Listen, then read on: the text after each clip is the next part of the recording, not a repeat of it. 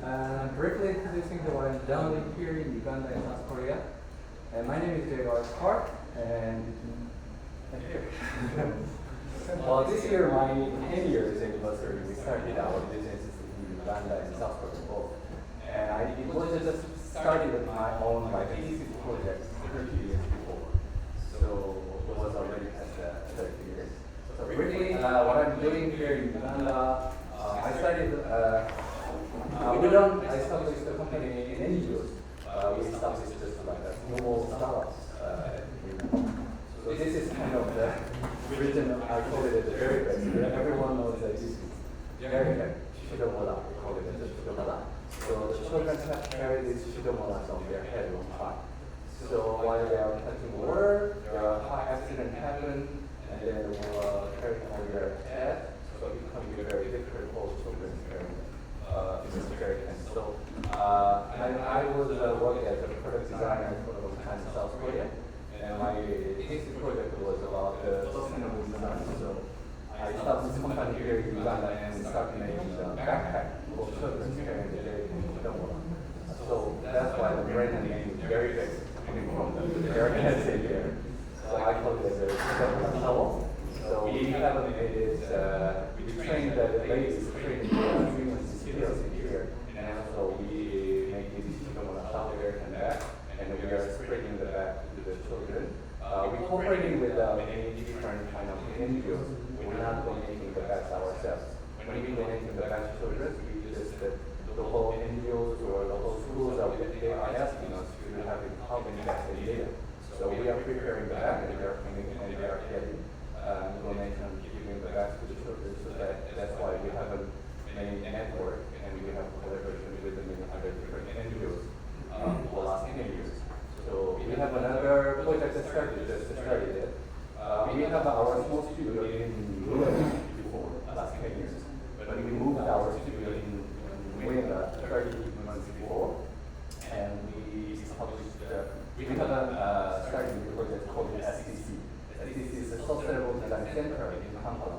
We are also training the skills to the ladies. After the training session, we are also training the ladies design thinking process, also the branding and also entrepreneurship process to giving them some more self-confidence after that. So this is actually the good job, and we are waiting the more other NGOs and local schools who spreading this the jargon together. But not only that one, we also very interesting about making a special design for your own project. So we kind of the expertise about making some special design together. So this is hopefully that SDC Center will more sturdy and researching and developing more social lives of a school design work together. So that's it that I wanted to introduce. But I brought some small like a gift today. We brought it. So it was kind of so briefly introducing it. So we have swing machine coffee shops in here in Uganda. So I brought some little brochure, and this is called as a small pouches we're making, but they call it as a 복주머니 in South Korea. Call it holding the fortune pouches we call it. So I wish to give you a fortune. The people who be here, and also the other small like jerry can.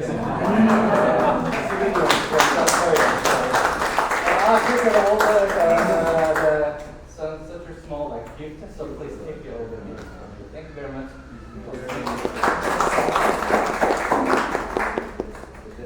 Jerry pouch.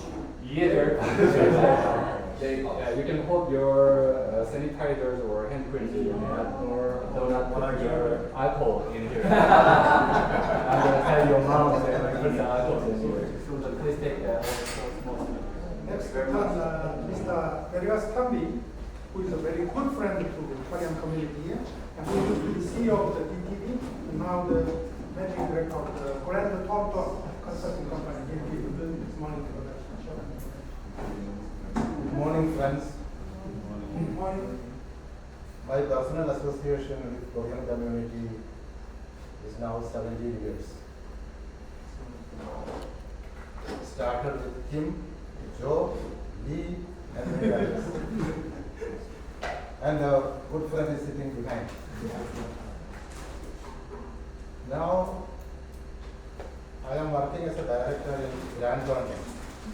Now, let me ask a question. Other than my colleagues, how many of you know or heard about grant funding? Please raise the hand, just for my understanding. Very little. That is why I am here. I am here not for marketing. I am here for introduction. Introduction of grant funding. You might have heard about KPMG, PwC, Ernst & EY, Deloitte and all. We are in the same group. When we look at the worldwide ranking, we are in the top 7. Operating in 150 countries, including Uganda. Of course, in East Africa, we have Uganda, Kenya, Tanzania, all these locations.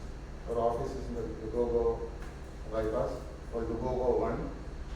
And I request my colleagues, Ricky, Director Tax and Compliance, and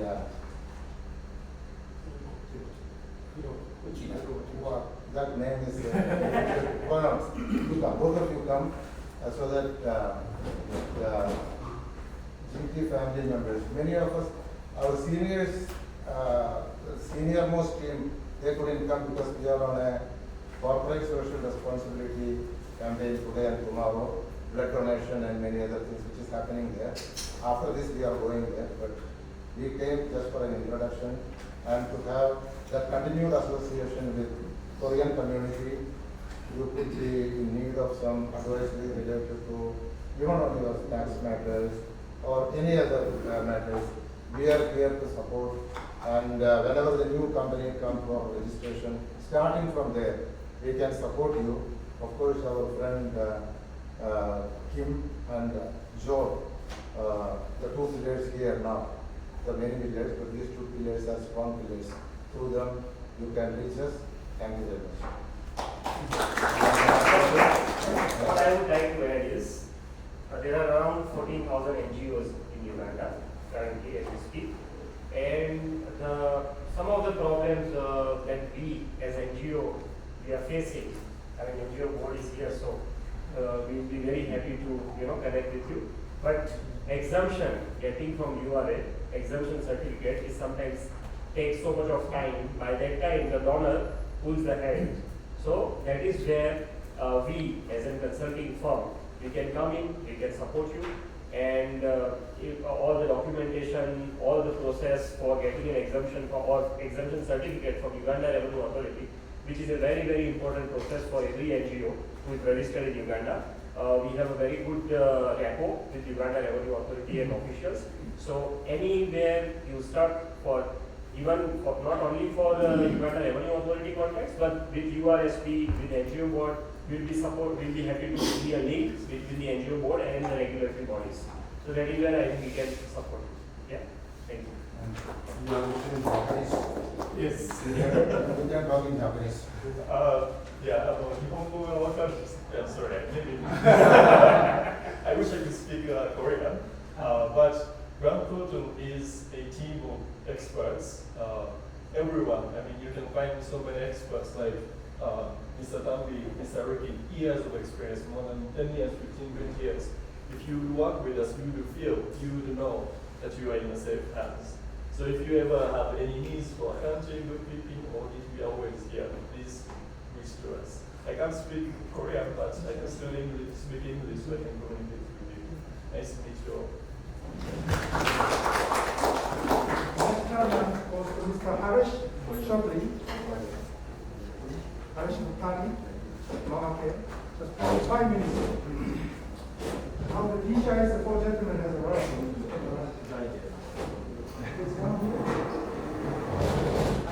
We have name tags.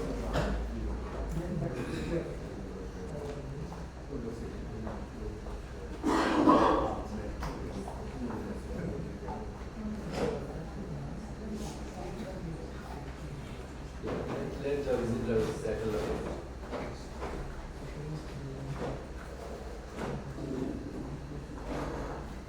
Yes,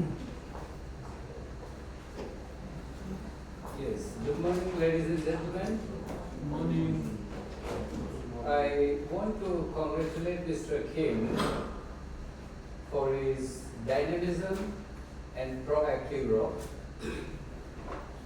He's been so active and following up all the activities with his team so well that it compels us to be here at any cost. At times it becomes difficult to attend, but his good follow-ups, Mr. Kim's, so that we are here. So thank you, Mr. Kim, for your good follow-ups. You have brought a good synergy here. When you bring Korean Council, that's collaboration. When you bring immigration, that invites us into Uganda. Then the Grant Thornton, who helps us in standing on our feet on business.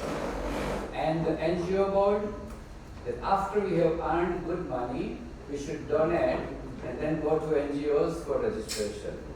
So Mr. Kim, you collaborate, you immigrate us, Grant Thornton helps us to make money, and then NGO board to charity. So it's a good circle. Mama Care, which is the largest food project in Uganda. I have lived in Uganda for 29 years. And as a give back to society, from my family, I created a $45 million project without asking for any funds from the government. President of Uganda opened this factory, and we are making nutrition food for the Ugandans and the region. We are further expanding our activities. 3 weeks ago, I met His Excellency the President, and we discussed our new project, which will be off-taken by WFP and UNICEF.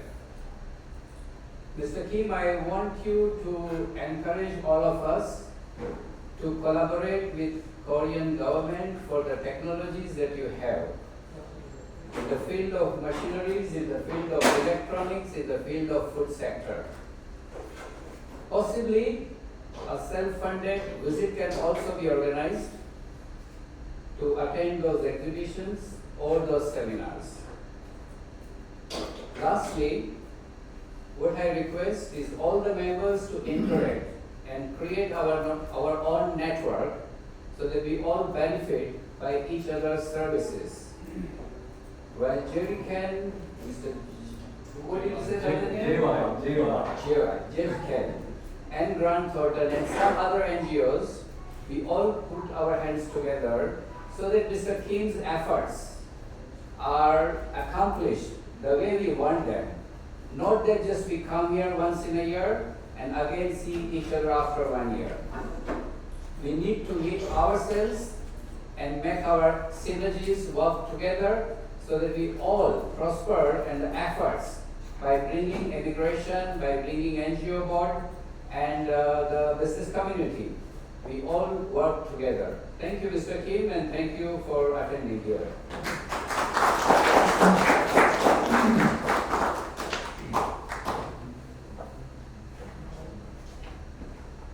Next term is going to network associates, access specialists.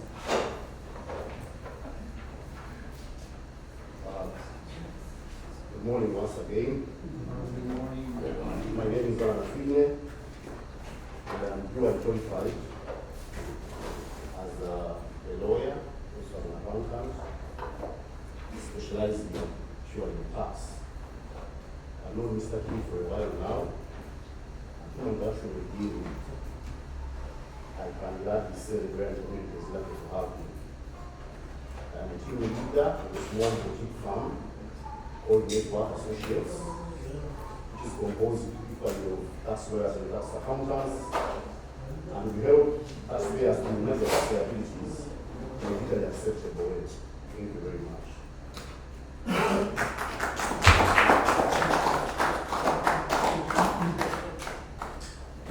Now, let me introduce officers from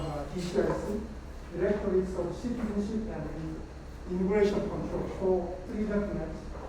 Please come to the stage. Start questions, answers. 이민국 관련된 질문하는 게 있습니다.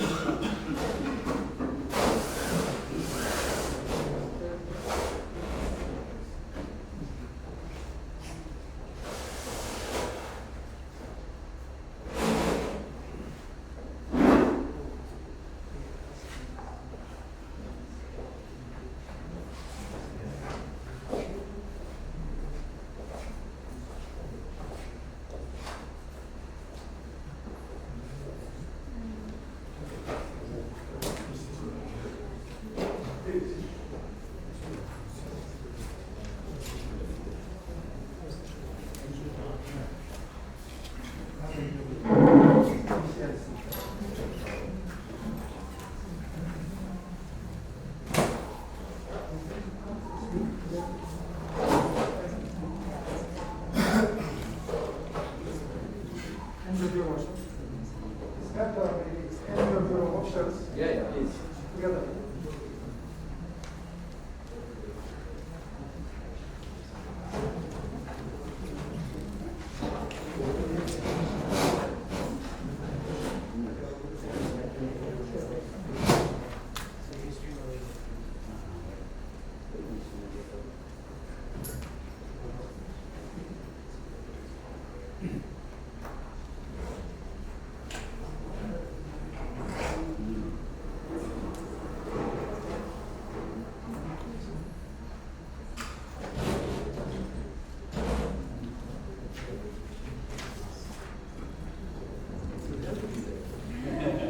Welcome officers of DCIC. So please shortly introduce yourself and let's start our workshop.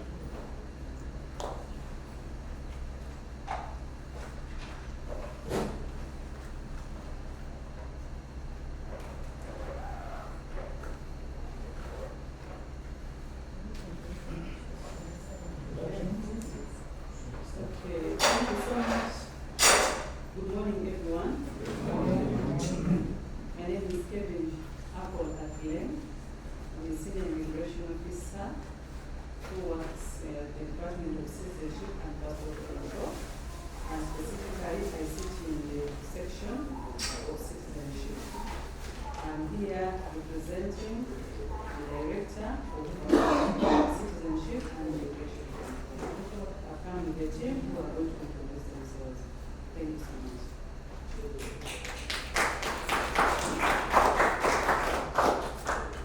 Good morning, everyone. My name is Arthur Ngara. I am a senior immigration officer from the Directorate of Citizenship and Immigration Control, specifically deployed in the Department of Inspection and Legal Services. I am representing the Commissioner of Inspection and Legal Services. Briefly, what the department does is carries out inspections and ensures compliance with the law, enforcement of the law.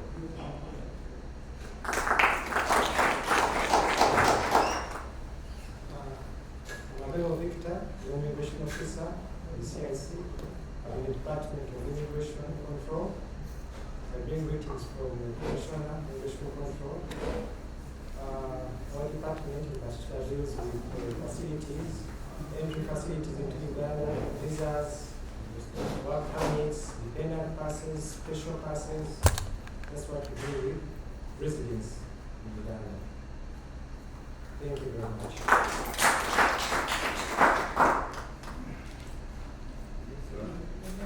You done? Yeah, we did it. I'm good, but they were not here. Okay, my name is Mariam Yusuf. I work for the NGO. I lead the client service area. I'm also the senior admin and HR. So my focus is basically to handle clients and their registrations and all that.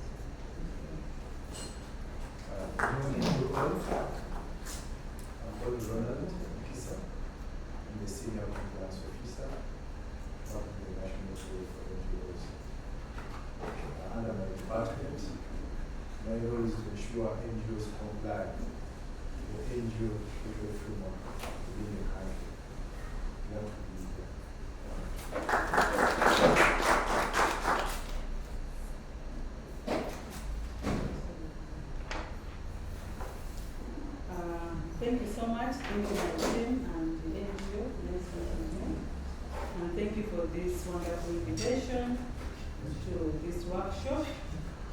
I see in the program that given us 20 minutes. It means within the 20 minutes we should have discussed everything which is about the DCIC, that is the Directorate of Citizenship and Immigration Control. We are a team of 3 people. I will introduce, discuss about what citizenship is, the types of citizenship, few requirements, and who qualifies. And then my other colleagues will also come in briefly because of time. We shall, I think in 5 or 7 minutes, we should be able to discuss, but this is usually, if it's about this year, we can even take the whole day. But because of time, you'll forgive us if we skip many of the items. But if I can say, DCIC, all of us are aware that it's under the Ministry of Internal Affairs. It is the Directorate of Citizenship and Immigration Control. It has a director, that is Major General Apollo Kasita, that is our director. The Directorate has 3 departments. That is the Directorate of Citizenship and Passport Control, which is headed by Brigadier Johnson Namanya. The Directorate of Immigration Control is headed by Colonel Geoffrey Cambere, and then the 3rd department is headed by Dr. Josephine Ali. What do these departments do? Citizenship and Passport Control deals in verifying who a citizen is. We process in this department citizenship applications. We process on behalf of the government. We issue certificates for those ones who have been. The Department of Citizenship and Passport Control is also the one which processes and issues passports and other travel documents. The Department of Immigration Control is the one which manages border control, migration in and out of the country, and then it is the same department which also handles the issues of permits and passes. These passes may include dependent passes, student passes, school passes, and then work permits, certificate of residence, and many others. And then the Department of Legal Services, that's you and inspection. They are the ones who handle the compliance, the legal, for those ones who meet the immigration facilities. So here, illegally, they are the ones who prosecute. Those are the ones who handle. DCIC, and we have a legal framework that we normally follow as we do our day-to-day work. We follow the 1995 Constitution, the Uganda Citizenship and Immigration Act 313, recently changed from 66. The regulations under Act 313. Then DCIC was established, and most of our work is based on Act 313. What is our mandate? What we normally do? 1, we facilitate legal and orderly movement of persons. If you decide, if for you who are foreign nationals, when you enter in Uganda, we are the ones who manage your entry. When you get out of the country, we manage your getting out of the country. We also process and verify citizenship. We have 3 categories of citizenship. There's by birth, which is for indigenous Ugandans. And there's citizenship by naturalization for those who have lived in Uganda for a period of 20 years or more, but without holding any other foreign passport. And then there's citizenship by registration. If you've lived in the country legally for a period of 10 years or more, and you feel that you want to become a citizen of Uganda, and you're ready to renounce your current nationality, and then you can submit the application under citizenship and registration. Then there's dual citizenship. If Korea allows dual citizenship, and then you can also submit your application for dual, as long as you have met the mandatory requirements, And one of it is you should have lived in the country legally for a period of 10 years on work permits, certificate of residence, or dependence pass from spouse. Only those three facilities. We facilitate and provide conducive migration environment for foreigners. I think you're all aware that we try our best to make sure that you enjoy this environment by issuing you legal facilities. For example, the work permits, that is work permit, entry work permit. We give you special passes in case you're here for a short stay. Visa passes. If you have children here that are studying here legally, and you have your parents who are ready to come and stay with you, we issue for them dependent passes, including your spouses who are not working. We enforce the national and regional migration laws for security and also the development of the country. That is our mandate. The services we offer, I've already mentioned them: border management, processing of passes, processing of passports and other travel documents. Travel documents may include CTDs, conventional travel documents. There's a certificate of identity, there's a temporal movement permit, and many others.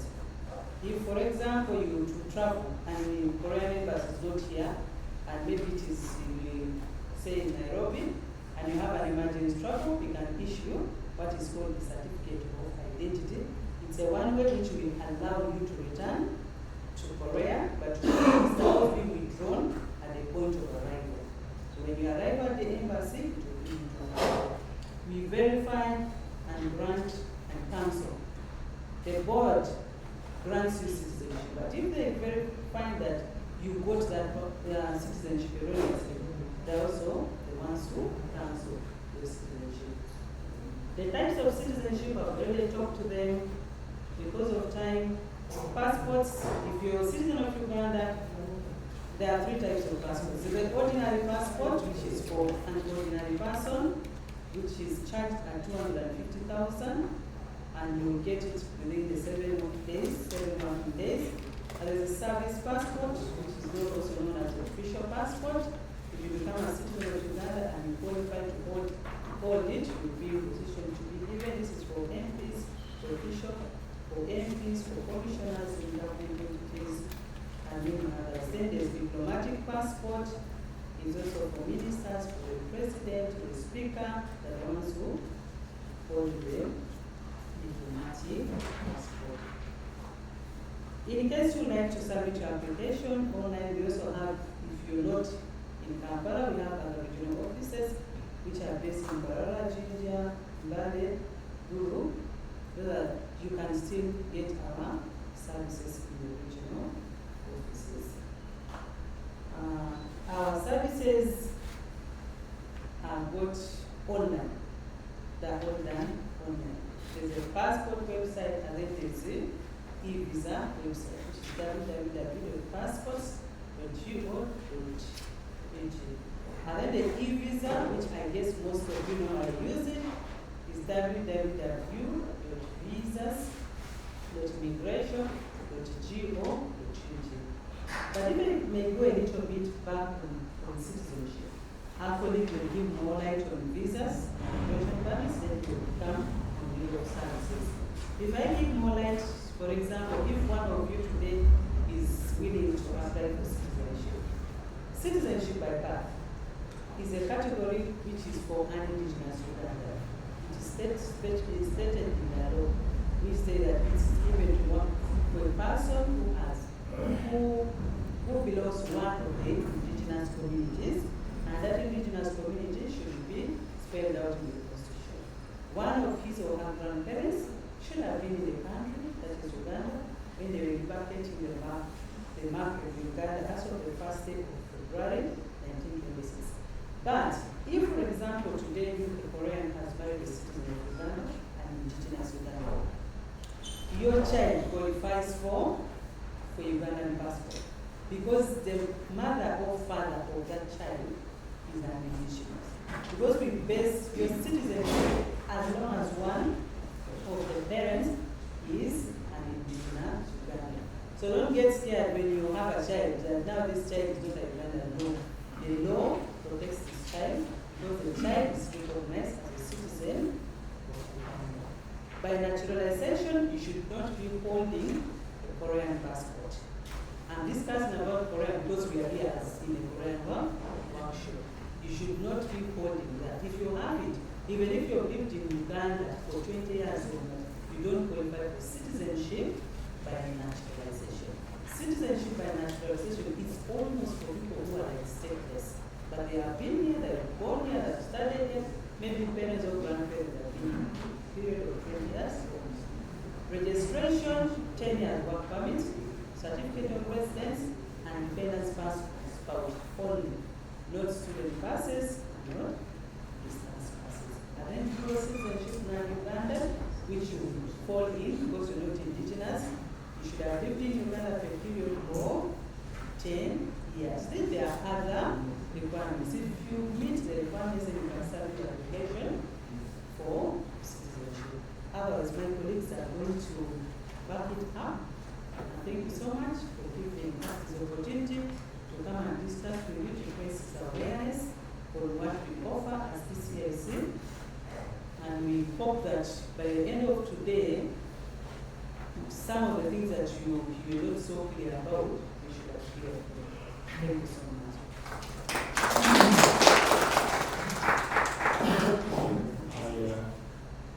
Couple to what my colleague here has already said, from the Department of Inspection and Legal Services, which I earlier told you was the enforcement arm of the Directorate, we ensure compliance with immigration laws. And what that means is that when a foreigner enters into the country, we expect them to enter into the country legally, stay in the country legally, and then later on to exit the country legally. And that in the event that you do not conform to the laws of the country, there are repercussions for that, which repercussions actually lead to inconvenience in terms of you could be arrested, you could be prosecuted, you could be deported, and as a result of that, you're probably blacklisted and disabled as far as your return to the country. So we always implore all foreigners who are in the country, either intending to visit or who are doing business in the country, to ensure that they are in full compliance with the laws of the country. Now, some of the services that we offer as a department in the Directorate include we carry out inspections whenever you've heard that immigration is in the field, around carrying out probably inspections, visits, to see whether there is compliance. They visit your factories, visit your business premises, and ask you for proof that you're legal in the country. That unit is from our department. We carry out investigations. In case you have a complaint or you need a matter investigated which relates to immigration, you can seek out our services. We also prosecute immigration offenders. Specifically, that is the unit that I come from. I'm an immigration prosecutor. We do have a detention, so whenever you hear that immigration has carried out an operation and they have arrested and detained, it is probably that these people are being kept in our immigration detention center, so you at least know where to look for a person that you're interested in. We carry out removals, organized departure, and deportations. What organized departure means is it is an organized and arranged removal where, for example, an employer can approach us requesting that an employee who has probably, has bad terms, was failed to agree with them, was probably done some fraudulent activity, approaches us and they request that we help with the removal of this person and that they will provide an air ticket, his return air ticket back home. So we do those kind of services. Organized departure, deportation is clear, it emanates from the court order or the minister, and those are under exceptional circumstances where someone has infracted the laws of the country, immigration laws, or the laws of the country, we also carry out appeals. We do processing of appeals. Whenever a person is aggrieved with a decision of an immigration officer or of the board, for example, your visa application has been rejected, or your work permit application has been rejected, you can appeal. The law provides for an appeals mechanism and review mechanism. So you can appeal, and when that appeal is put in online, we process it. So we work with you to ensure that we see how we can improve your chances of success as far as your application for an immigration facility is concerned. We also give legal advisory services to the ministry, to the director, but also to you, the clients. So you can approach us seeking legal advisory services in as far as immigration-related matters. For example, you want to apply for citizenship, do you qualify? You want to apply for dual citizenship, you will be advised. We do handling of high-profile cases. If you fall in the category of high-profile factories or industries, and you feel you don't want to be inconvenienced in as far as the ordinary operations where we just badge into your offices, and you can always request that you be treated as high-profile in order that you avail us a list of all the employees, and we can always see how we can manage these situations. We also handle and coordinate trafficking persons. So if you have people you think are victims of human trafficking and you need to be helped, we do coordinate. We have a coordinating office at the directorate.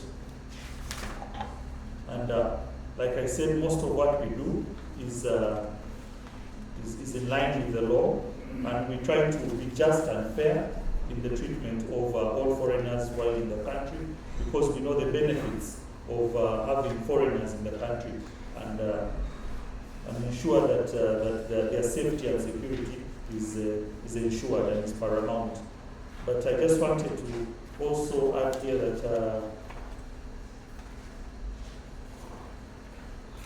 I had prepared a presentation, but unfortunately because of time, I'm unable to make the full presentation, but just to add here the importance of being compliant, immigration compliant, one of which is revenue collections, which directly lead to improved public service delivery and economic development.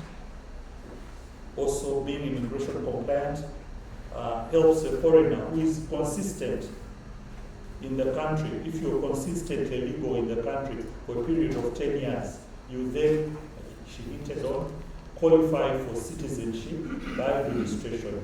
So we always implore you to be compliant, that you don't have any breakages, that you don't have breakages of the law, because eventually, at the end of the day, the rewards are that you can decide to apply for citizenship in order to secure the investment opportunities in the country. So it's always important to be that compliant, or even apply for a certificate of residence. We will hint on it. Then we have easy access to welfare services services like police assistance, healthcare services, mobile telecom services, banking services, and which are guaranteed assistance from immigration. What I meant here is to say that when you enter into the country legally, would say, but then you overstay your visit, you are denying yourself the opportunity to enjoy the benefits. For example, the telecom companies will block your SIM card which you registered on account of your visa expiring. I think you've noted that. So we ensure that you're compliant. The banking services cannot be accessed.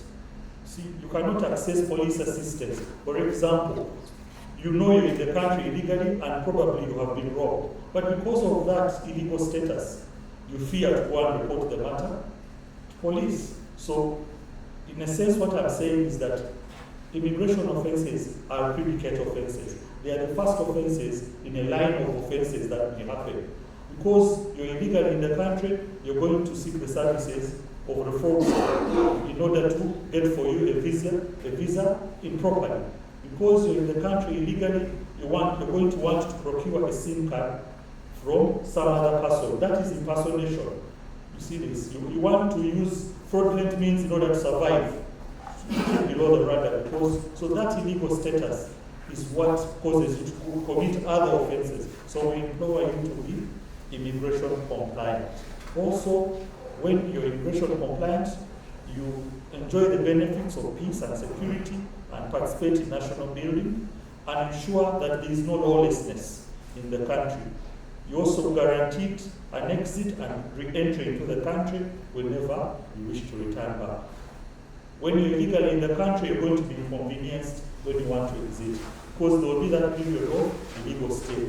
They will tell you, no, you have to probably pay a penalty, or no, you have to go and answer to the offense. That illegal status is an offense that has to be answered to. So there is a likelihood you could be prosecuted. You could, so to avoid all of that, we ask you always be immigration compliant. I think with that, thank you for being listeners. I had listeners, and imagined our present family.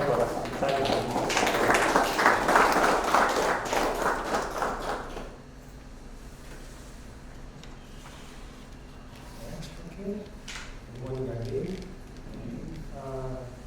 From the Department of Immigration Control, as she had stated earlier, in the interest of time, I'll just briefly go through most of the facilities we offer and the services.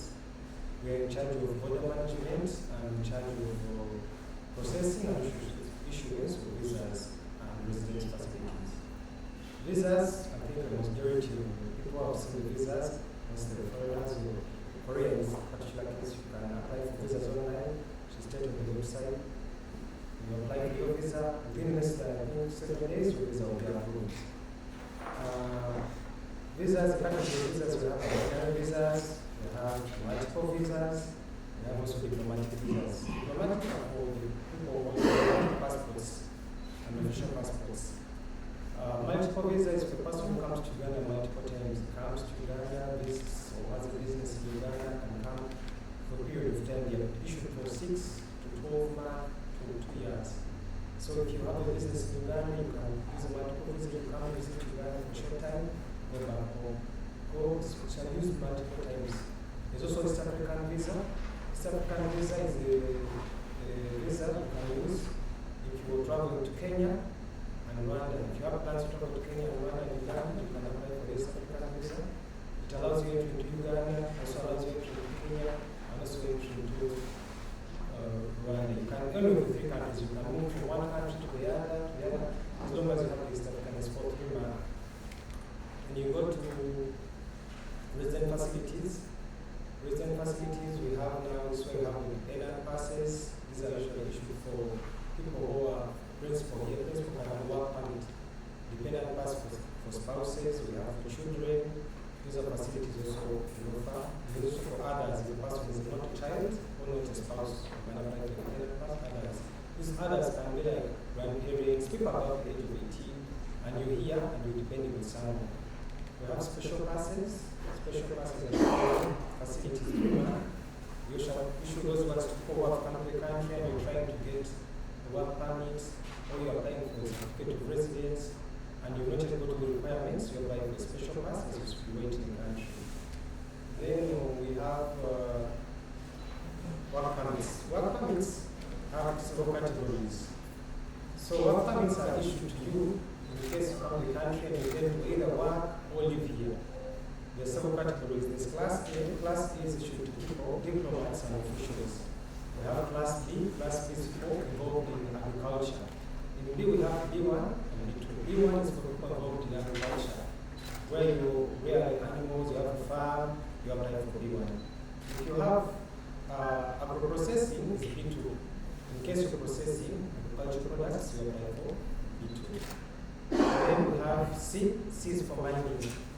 In case we have C, mining, C1 is for normal mining. Then we have the category, we can call C2 is for mining specific minerals.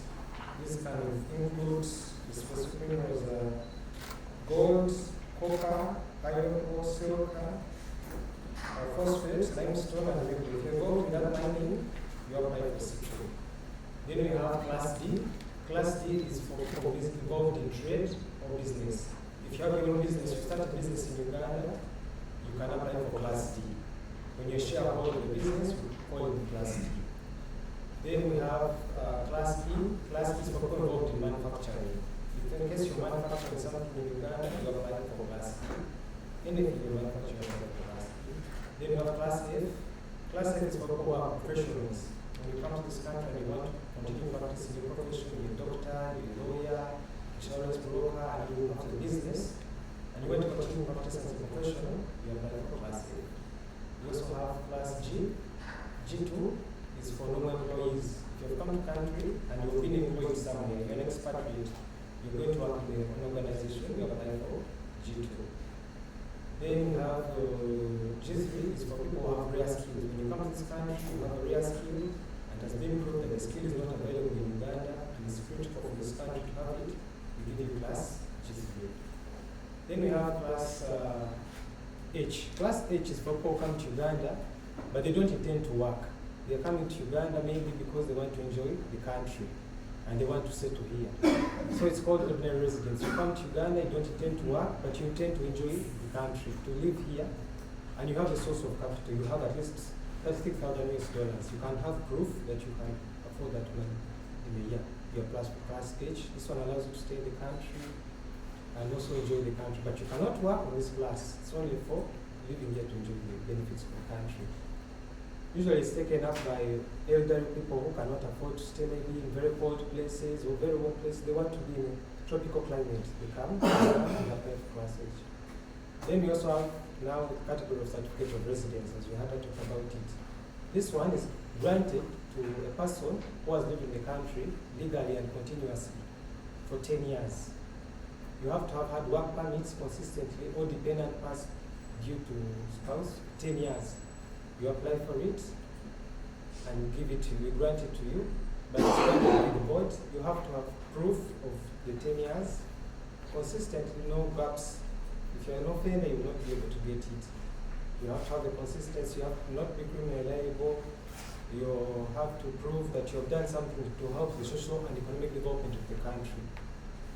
You can apply for this one when you have achieved the 10 years of legal stay in Uganda and can be granted.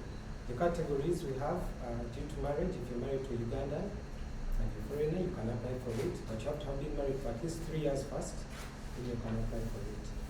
Then we have long stay. This is 10 years in the country. We have the other one is former Ugandan.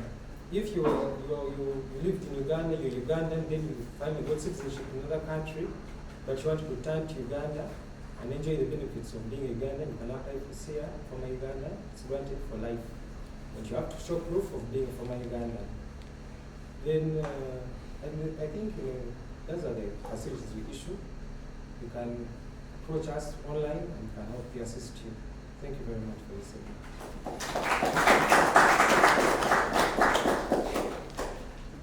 This is the question and answer session, Mr. Kim. Thank you so much for your excellent explanation for us.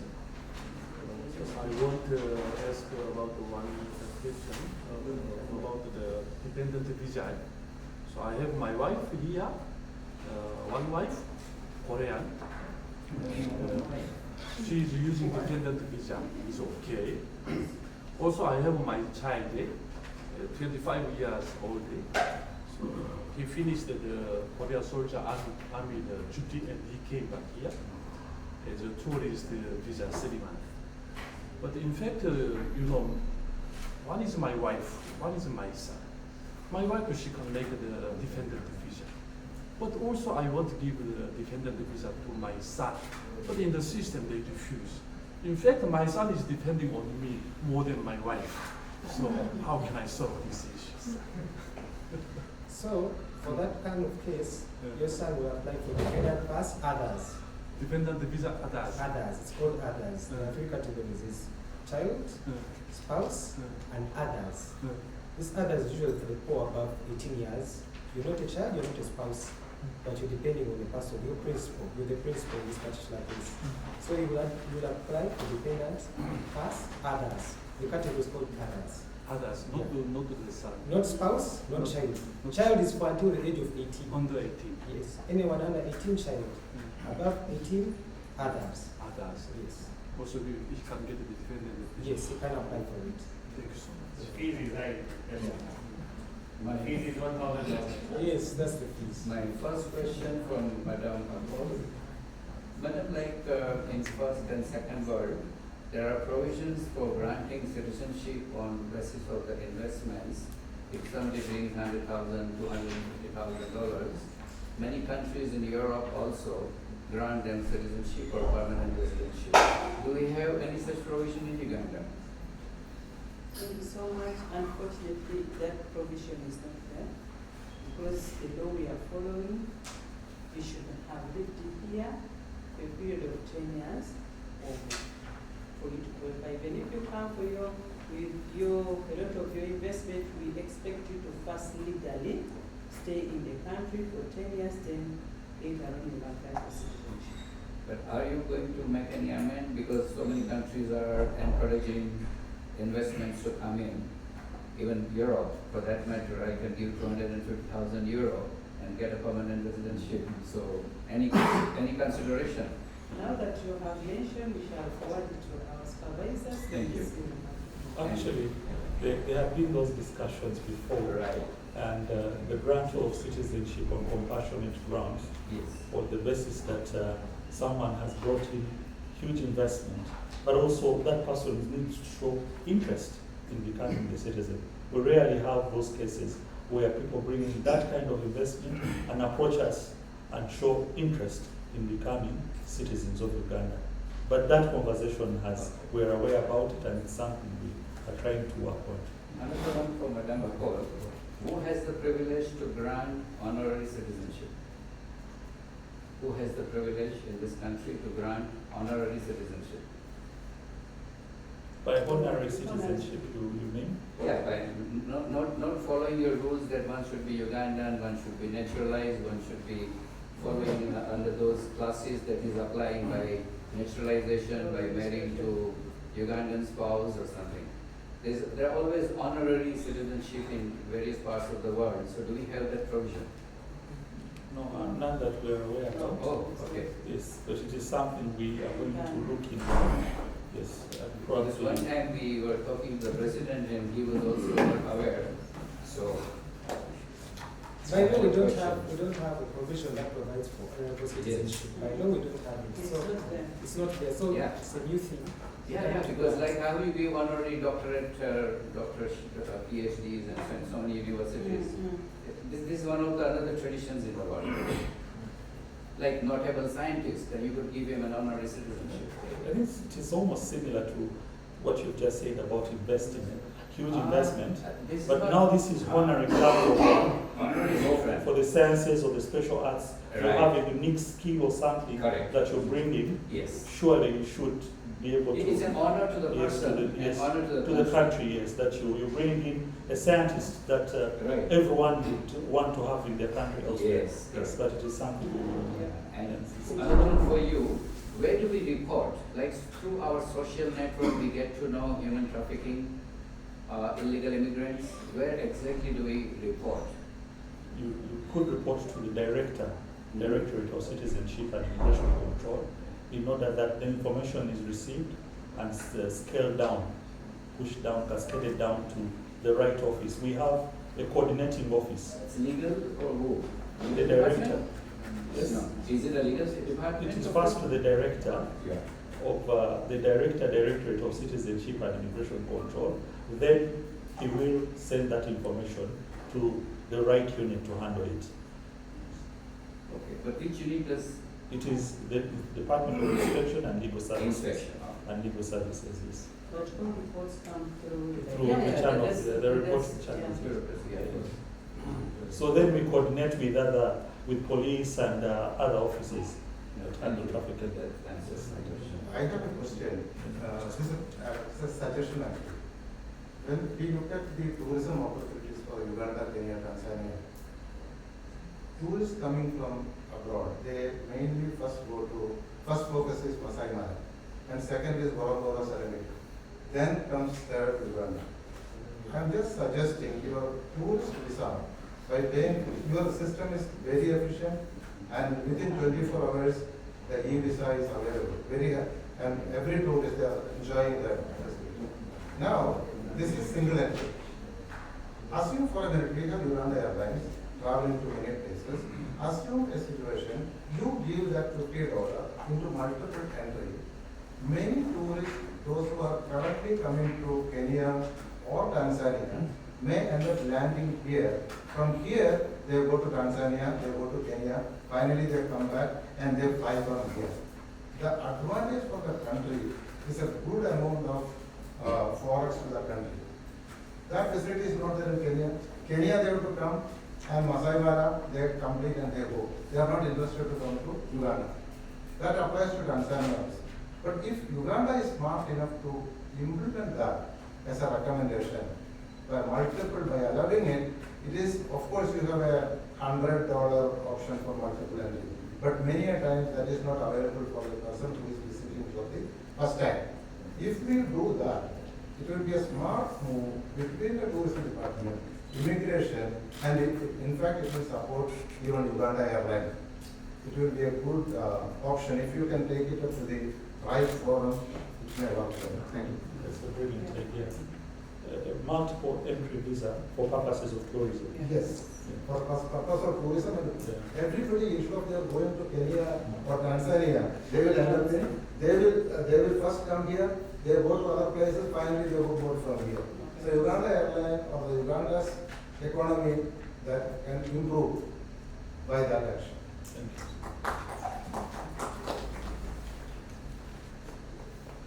Thank you very much. Every time we try to apply for work permit under class D3, that is the expatriate employee in the rescue. One of the requirements to ask for is proof of failure to employ qualified Ugandan, and that skill is not available in Uganda. Which proof do you want? Because we try that to show our motivations.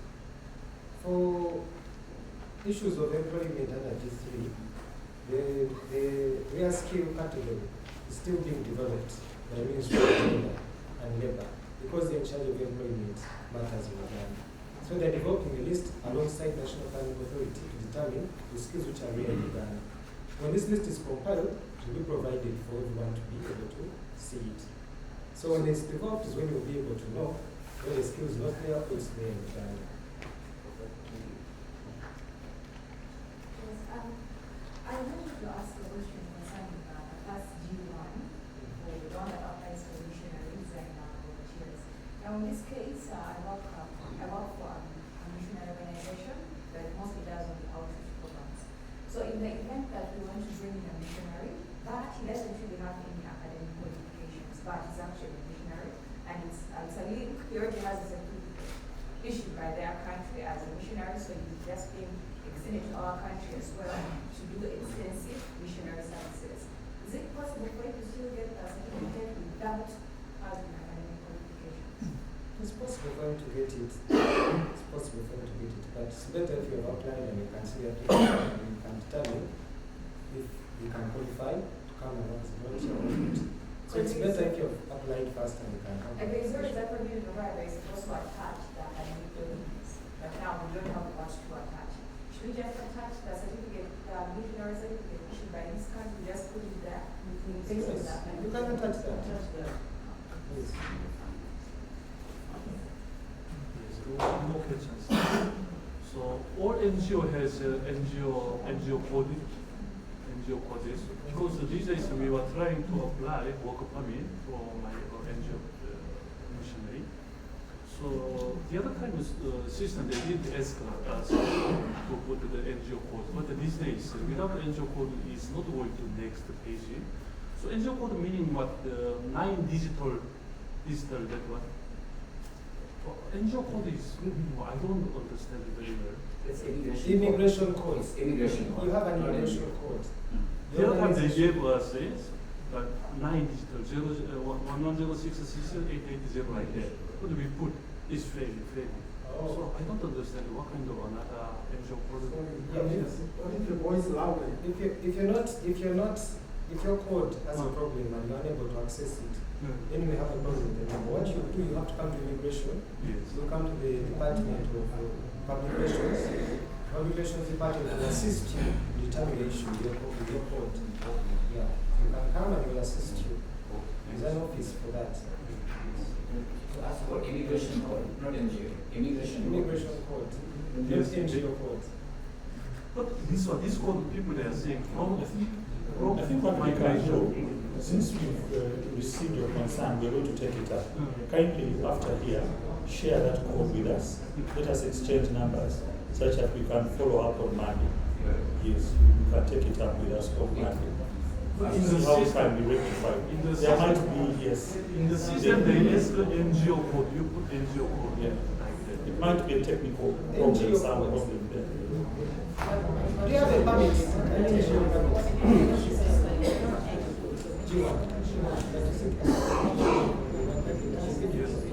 yes, organization code. Yes. But not we call into NGO.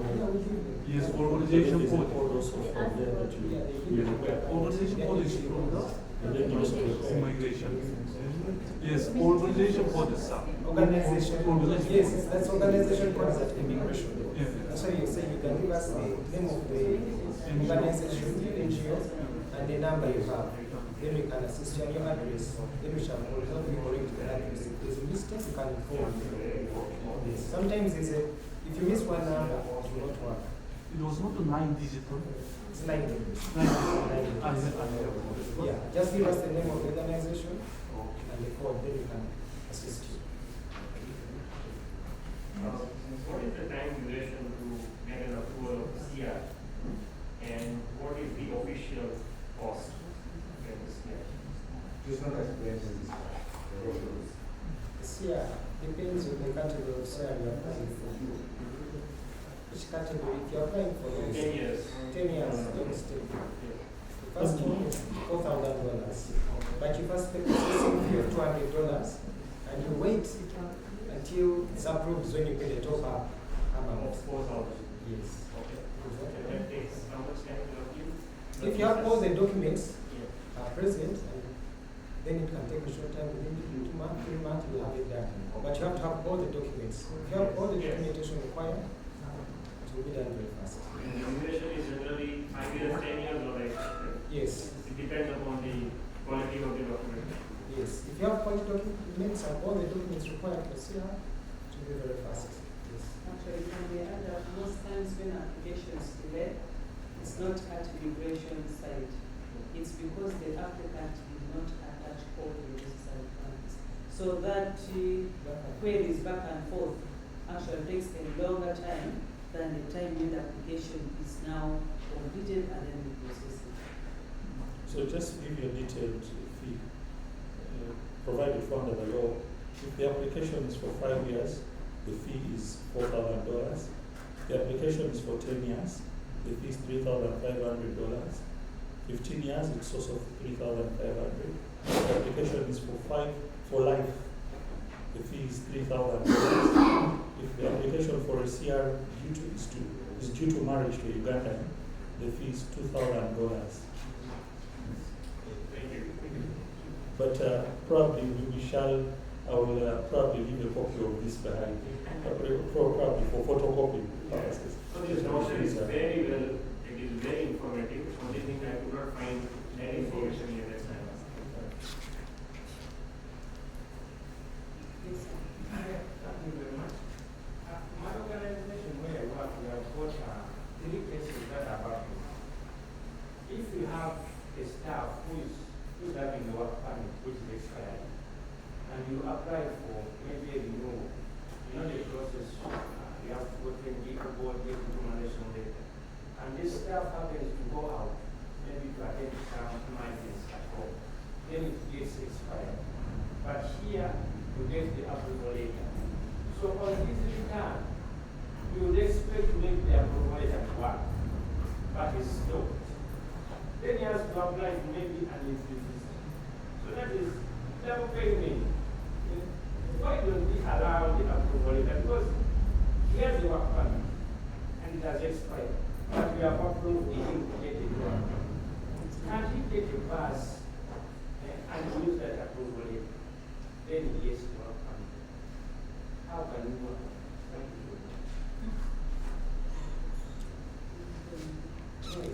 Yeah.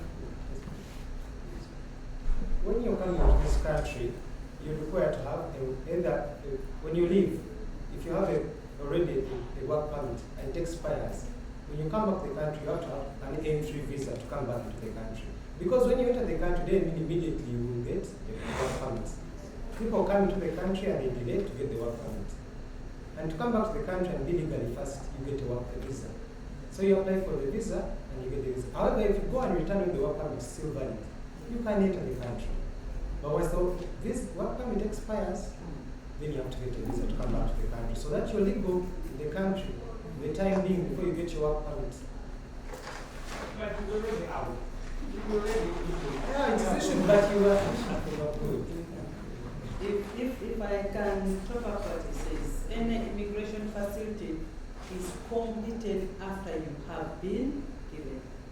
If your permit has been approved, until when you've come to DCIC and you personalize and the sticker has been put in the passport, that is when now you become a legal holder of the one.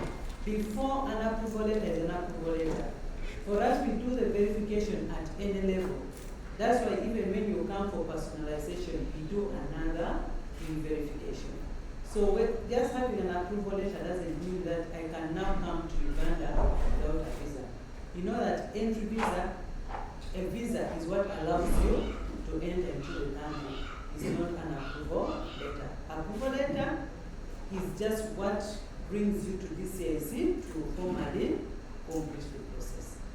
Any facility, even if you've been given citizenship, when you're returning to Uganda, you must have a visa. Whether it is certificate of residence or anything, you have to complete the process when we have finally issued it in the state. So you should always advise your colleagues when they are returning and the permits have expired, maybe on the other side, it's okay. It's normal to apply and get a visa, which will make them legal for the few days that they will take before they come to DCIC for the process. Also, just to say, coupled to that, it is in conformity with the ICAO standards. We are abiding by certain standards which are international. It is not that we are doing it out of the norm. You see this. And also, you should also look at the ramifications. We've had instances where people claim to have been out of the country. You see that when it is claimed that, for example, someone accessed their bank account. You see this, and then they run back to us. And for us, what exonerates us is the legal entry, the legal permission, which is the visa sticker. It works both ways. It saves both us and even you, the traveler. You see that, as opposed to where you say, okay, fine, allow a person on account of having made a payment for a work permit. So why should you then subject them to an extra payment for a visa fee? The legal entry, the proof of legal entry is always the visa, which is in your passport. And it helps you also when such kind of cases come up. So I have two concerns. These concerns, one goes to the migration, and then the other goes to the NGO. My director came from South Korea today. Next week on Saturday, she has a trip to Nairobi, Kenya, for graduation of the daughter. She has a valid visa for 3 months. Now, for her to get out of this country, to go to Kenya, we are required to buy another visa. And yet the visa that she entered with is valid. Isn't that double kind of taxation, double kind of charges for a foreigner? And then the other two areas that I was dealing with the NGO, we have been doing very beautiful service with it for the time that we have been investing for a long period of time. But lately, we have had a difficulty, and I think that is where one of our persons is having a challenge. We have applied for a recommendation for the work permit, and it has months. Now, the work permit for our data or our national has expired. And I think that is where the problem now is coming from the immigration department, because he is trying to plead to apply the work permit to the immigration department, but the court is refusing, because maybe immigration has detected that his work permit has expired. Now, he has received the letter, the communication from you, and that letter maybe is not acceptable to immigration. Then he has trouble, because you cannot be given one permit by immigration. And then there is an office called Data Protection Office. We got a license with something, but we have not felt any service from this office. We don't know what to do in there. We are not sure what we are meant to do with the Data Protection Office. What are we supposed to do? Which data are we keeping with them? Sure, this question is correct. And then also, still with the NGO, we have heard about the rationalization of institutions, and we heard in Nigeria that NGO is meant to go back to the Ministry of Internal Affairs. And so we concern given the fact that we're taking very good service from you, are you going to put on uniform? Ask for good service that you can offer.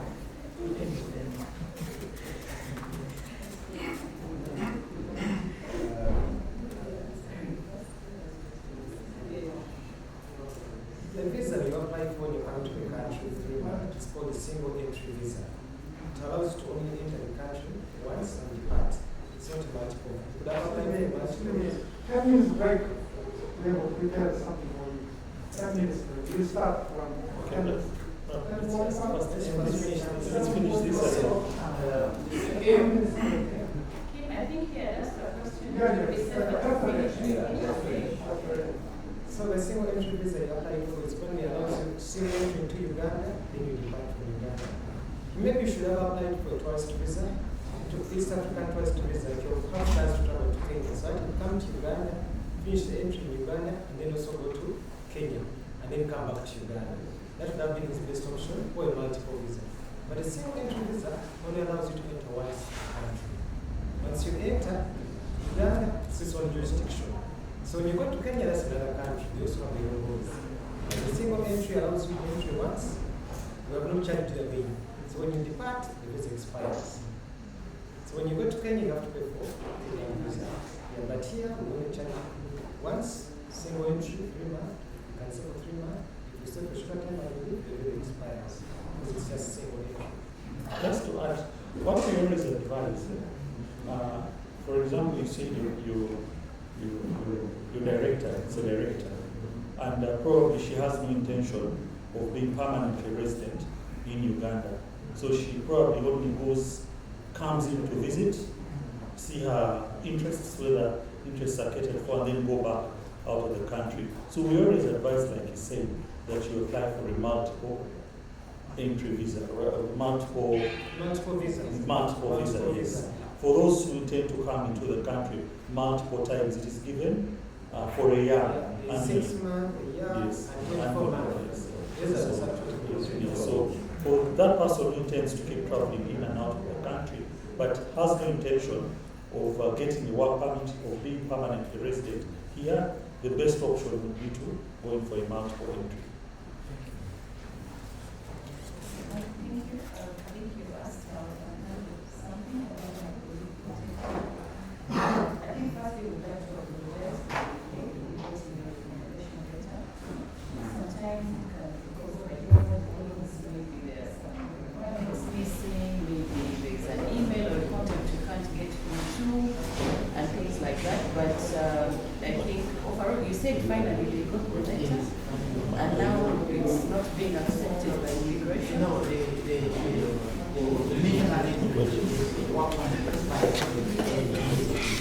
But I think from the time you submit your waiting for a work permit recommendation, we give you a receiving slip. That can be evidence that you submitted way before your expiry. And that is something you can submit, I think, to the immigration, and they can have a look and say, okay, the mistake was not with ours, it was maybe with the NGO. This is our receipt, this is the date that is here, and the permit was still valid. I think, I'm sure they will be able to assist you if you have something like that. Still, if you need a help, I think you can still come and come with assisting, but it's important that you maybe first go to the immigration with that receiving slip showing the date on which you actually applied, and say, fine, this took long in the bureau, so the permit expired. But also, we always advise that you submit these renewals earlier, 6 months earlier. That is even there in our laws. It helps those, these uncertainties, once they happen, it definitely can't drag for 6 months. So if you apply 6 months earlier, even if there's a delay, even if there's something wrong, we are able to sort it out within that time. So you see, sometimes someone comes and says, my visa is expiring in 2 weeks' time. And yet, when you see what they've submitted, there are things missing. So by the time this person is going to gather this information and the 2 weeks are elapsed, then now you find issues with the immigration, because we also can't give you a recommendation when you're missing some things. Recommendations are given at the basis of compliance. You must be compliant, you must be to the dot. That's why then we recommend you. When the immigration department gets our recommendation, they know we have done our due diligence, and I'm sure they don't disturb you with any other information because we've done it. On the issue of rationalization, yes, we are being rationalized, and I think we're expecting a commencement date. But I think putting on uniform should not intimidate you. I'm sure they have been very helpful even when you go there. So whether or not you put on uniform doesn't change me from being Mariam.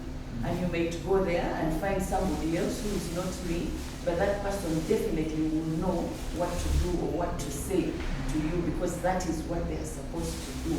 So this should not scare you. Rationalization has nothing to do with NGOs. It's the government policy, it's the presidential directive that needs to be done. But we're emphasizing, we're working together with the Mother Ministry, because even NGOBuro still is under the Ministry of Foreign Affairs. Just that we are not sitting there like our colleagues here, that we are not at the head office, but we had an office somewhere else. So this has nothing to do with the NGOs. We are trying to make sure that there's a seamless transition, that even when you come on whatever day, whatever time, there's somebody there to assist you. And these files are going to continue moving, and we're going to continue working with the immigration team. Whether or not we are in uniform, please don't be intimidated. Yes, we are still at Kingdom. Maybe if we're going to move, we will still notify our clients via the different formats of communication we have. If we are going to be rationalized and stay at Kingdom, we will still let you know. If we are moving down to join our colleagues, we will still let you know, and you will know where to find us. So I think just to inform that maybe keep reading, keep on social media, keep checking on our website. This information will come to all this, but that should not worry you. Data protection. Thank you. Maybe to add in what sharing. 10 minutes break. 10 minutes break. Let him finish the data protection.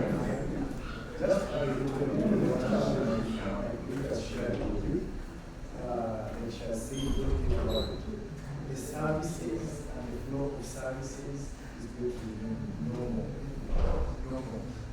It's just a change of situation. You get it? So don't get scared. Things will be the same. You get it? Yeah, so back to data protection. Yeah, data protection came into force after the enactment of the personal data protection. That was in 2019. Now, as you hear the word data protection, it's about the security of the data, the information that you get, maybe from lines, like an NGO, of course, you have so many lines that you serve. through your service provision, you do get a lot of information from these people. The names, the telephone contacts, the national ID, the name, all that is personal data. Personal data. Now, according to the Act, the Personal Data Protection Act 2019, you are required to register as a personal data protector. Because you receive a lot of information from different personalities. So in the end, it is like you're obliged to protect that information, not to just give it out.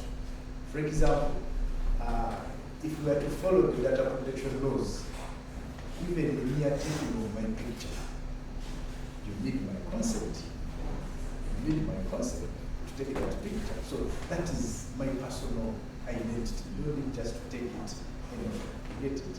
So usually that law was there to protect data, information, personal data as here. But for more information, you can go into the website of the Personal Data Protection Office, and then you get to learn more about personal data protection. Because we also, as NGO, we are a government entity, but we are also registered with the Personal Data Protection Office. Why? We collect a lot of information from NGOs. Get it? So we need to protect. There are laws that govern and protect personal data. But for more information, you can always visit their website or you go into their offices to seek for more clarity.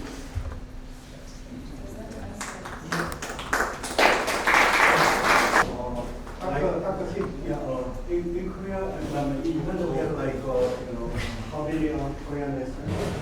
Around 600. Okay. Among them, we have a number of Korean missionaries.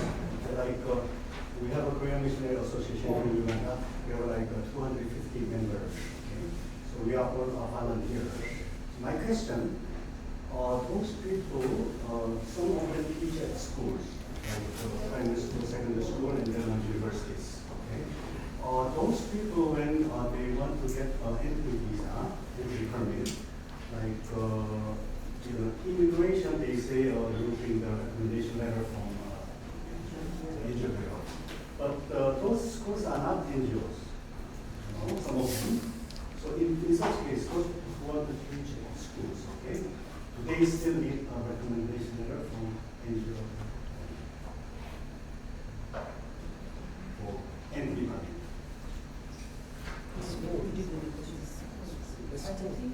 Like those missionaries are volunteers. Yes. So we have like universities and we have the secondary schools and primary schools. But you have an organization. There's a big organization. For example, we have a university. So those missionaries came to teach at the university as professors, for example, some of them. So in such case, when you go to immigration for entry permit, okay? They say bring recommendation letter from NGO뷰로, but the school is not an NGO yet. It's not an NGO, it's a school, educational institution. In such case, we have to need a recommendation letter still from NGO뷰로. I want to ask for some clarity. What are the universities they go to? The professors? Like, our school, for example, Africa Institute Music, it's like degree awarding institution under the National Council of Higher Education. And we have other universities, Kumi University, we have another Kumi University? Kumi. Kumi? Kumi, and then AIM.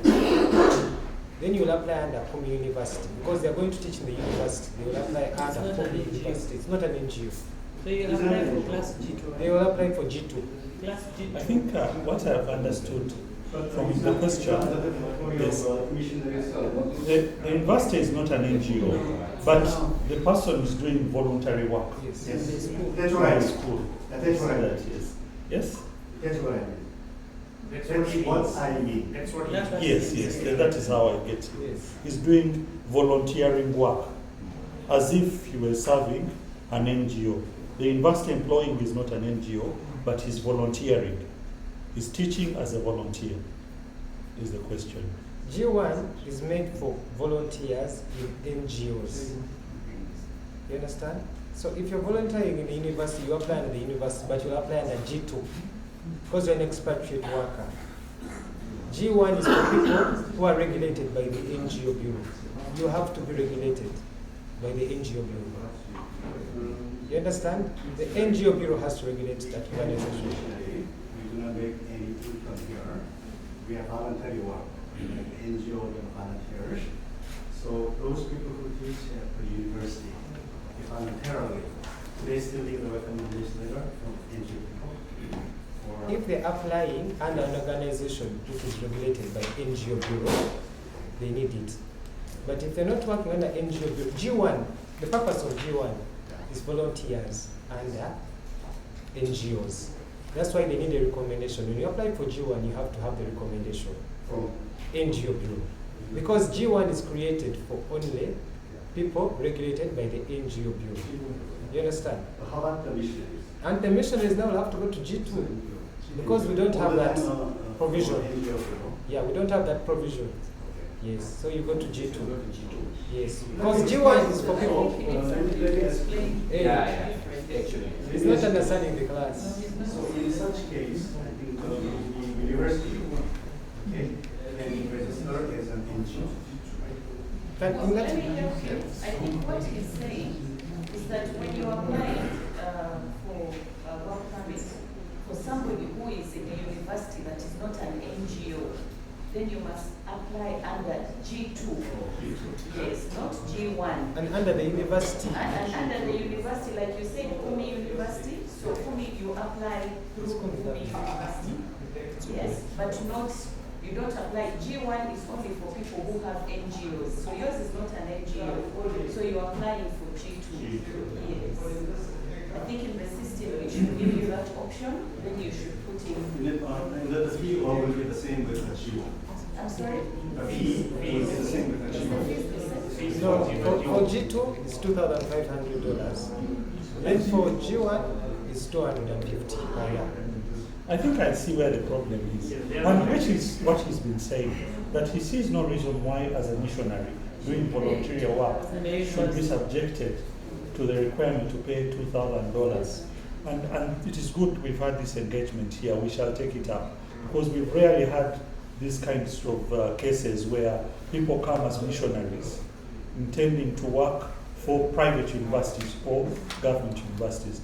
And it is something, should they be subjected to the ordinary? So it's something we've had many classes developed. These classes of work permits you're seeing have emerged. We used to have about 6, but now they've kept increasing, merely because of the discussions we have. We keep beefing up. Yeah, so it is one class we should also introduce. 지금 문제가 뭔가면 그 NGO 뷰로를 통해서 이제 우리가 워크폰을 받으면 200불이고 그냥 일반 그 G2로 받으면 2,500불이 되거든요. 그러다 보니까 이제 금액이 많아지고 지금 아까 우리 김광환 목사님 말씀하셔가지고 그게 늘어나고 있으니 좀 고려를 하겠다는 거니까 계속 그 부분은 우리가 어필을 해야 된다. 우리가 지금 한인의 150명 중에 실제로 아까 김광환 목사님 250가구가 선교사님이에요. 실제로 400명이에요. 실제로 70%가 선교사님들이에요. 진짜 선교사님들이 NGO 통해서 이제 워크홈에서 받으시는 분들, 많은 분들이 또 발렌티어를 통해서 국민 이야기나 이런 데서 일을 하실 경우는 예외고 미션을 경우는 250%를 받고 싶은데 여기 쪽에서는 이제 안 된다는 거예요. 자기들은 또 그것도 차질을 더 해야 되니까. 경비가 안 되기 때문에 경비를 연구해가지고 만들 수도 있겠다. Thank you very much. Because we Koreans here has around 650, 700 members. Among 700 members, around 400, 450 is coming from missionaries, Korean missionaries. And some Korean missionaries are member of NGO, Christian NGO or ordinary NGO. But some are here as a volunteer and teaching in the university or kindergarten and schools. Then the issue is when they are on the member of the NGO, actually the 1 year work permit becomes 250. But when they becomes G2, they must pay 2,000, 2,500. The issue is the big difference, money wise. Therefore, we have appealed to the DCIC and NGO, how, because those volunteers, either missionary or ordinary people, they are here not making income. They are here to give their talents, teaching talents to the schools and universities for the benefit of Uganda people. Therefore, we have appealed to the Enjioburo and DCIC to consider that segment of people, missionary or ordinary people who is volunteer to teaching, supporting universities, kindergartens, and primary schools and secondary schools here in Uganda. We've noted that concern, and we shall. Thank you so much. Thank you. Another question? Thank you very much. Mine goes to NGO to Sejumania. Thank you very much for your work you're doing. But here is a suggestion. Why doesn't NGO board introduce a system like your neighbors there, where you can differ some things very easily? Imagine you get a city street, but to check whether the woman is out or not, you have to go from India over wherever. You come when you go to the day you come back in 2 weeks. You go, you come back in 2 weeks. They say, you know what? It is a missing signature. Maybe you'll be out tomorrow, come back tomorrow.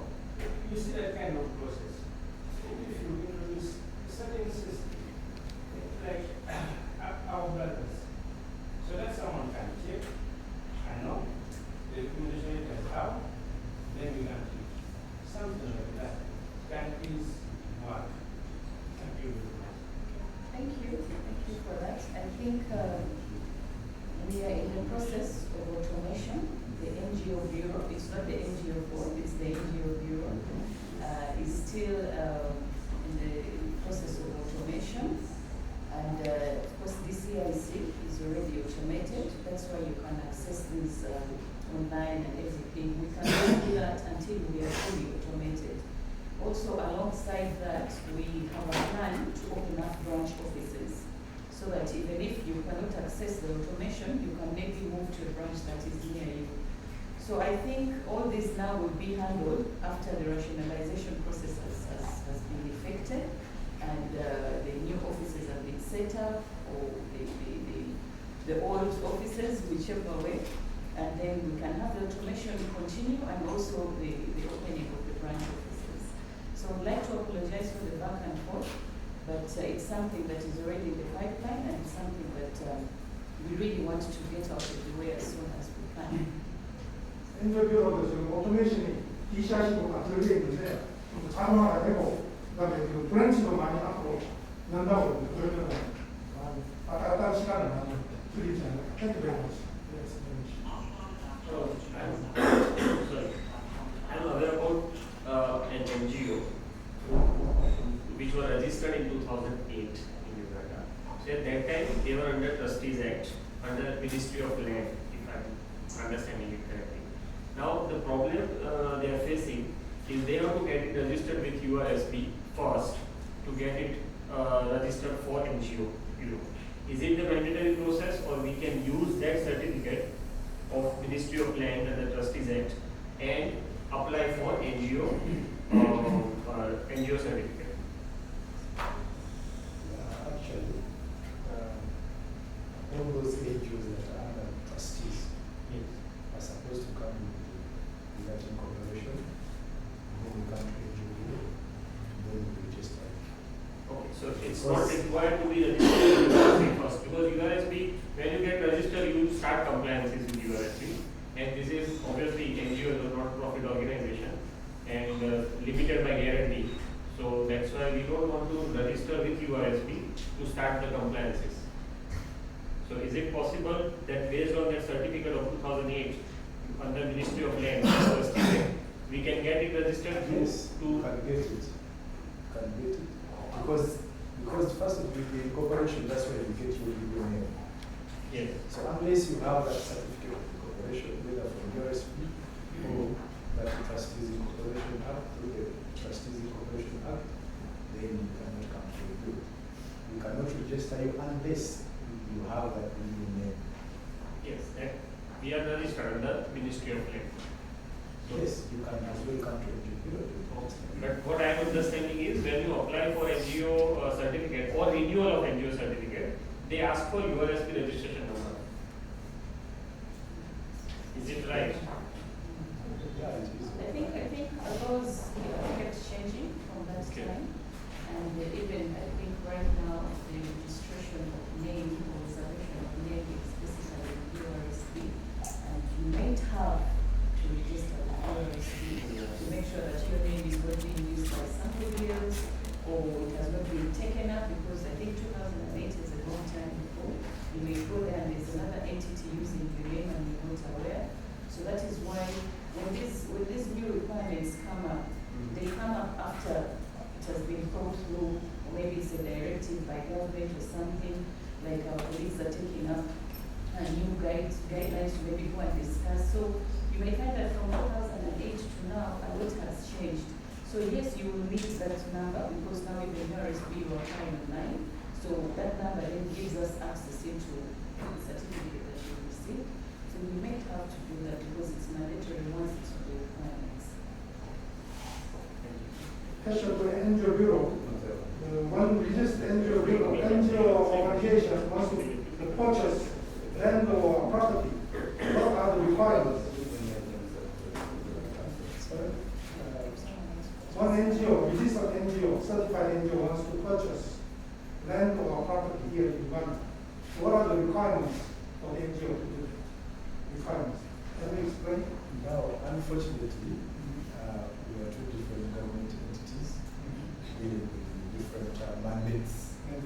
Now, when it comes to issues of land, we don't have that mandate, and we may not be in position to answer that because we may not know the best requirements that are implemented.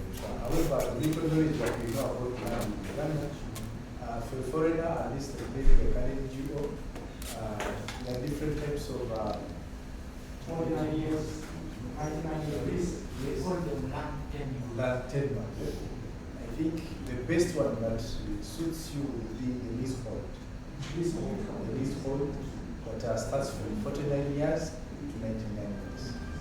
박사님 목사님 질문 중에 하나가 NGO가 부동산을 취득하려면 어떻게 해야 될지 NGO가 그냥 자체적으로 리스홀더 NGO를 결정하는 게 아니고 일반적인 모든 사람들 외국인들 그렇게 하거든요. 그러니까 49년, 99년 리스홀더 프로세스를 해야 합니다.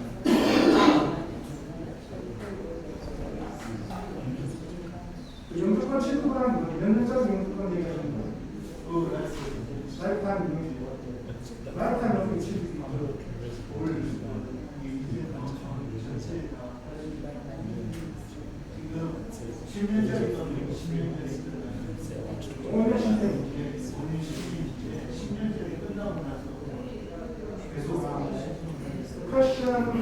Question to DCIC. One missionary, he got 10 years residence of search of residence. At the expiry of the 10 years search of residence, will he or she will be able to apply for lifetime search of residence or any other procedure? Can you kindly explain the procedure? What the law has allowed for is after 10 years of being in the country on a CR, you're then eligible to apply for a certificate of permanent residence for life. Yes, and this is why it is gradual. First, you're given 5 years, then 10 years, then life. Yeah. For some, depending on your socio-economic contribution, see, you can immediately get life. Yes. You would apply for it and you'll be granted. Automatically, you can apply for yes. 10년 지나고 나면 자동으로 신청을 할 수 있대요. 될지 안 될지 모르겠어요. But that doesn't guarantee that he will or she will get permanent search of residence after the expiry of 10 years. It is not guaranteed, but but you should apply for it. High possibility. Yes, the possibilities that also continuous 5 years for the rest of the permit. You also are willing to apply for permanent resident permit because 11 years over 11 years. So I want to apply resident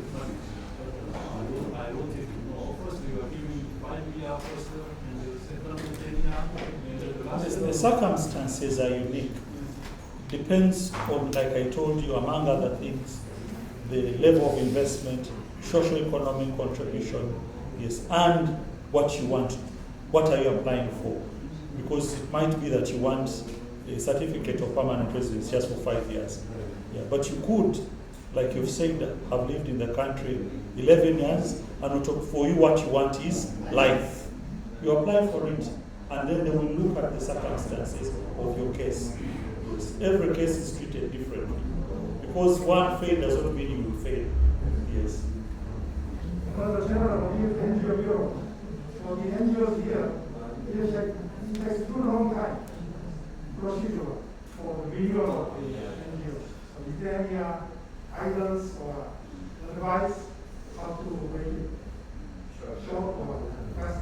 The renewal of the permits? Renewal of the NGO, not permit, NGO renewal. Okay, our act says we should give 45 working days, which allows for any room for maybe development or we have explained earlier. But we're in the process to amend the act to make that time shorter. So I think that also will continue after the rationalization has been settled. Then we have that provision of trying to make the timelines a little shorter. So I think 지금 모처럼 45일만 해주려 되는데 지금 뭐 마리아에는 또 땡겨서 말을 하고 한다. 이만 되네요. Maybe with as much as say, I think the biggest challenge comes because we are still analog. Everything is done manually. But the moment we go in, I think we shall be able to shorten the period. 그래서 배를 상대인데 지금 그래서 이제 인터넷 오퍼레이션 하고 그러면 있더라고요. Our session will end 12:30, so we have 10 minutes left for everyone. Please kindly.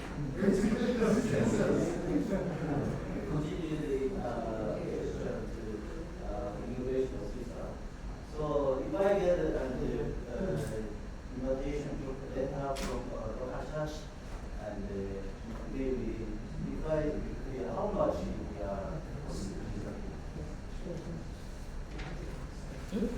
Come again, please.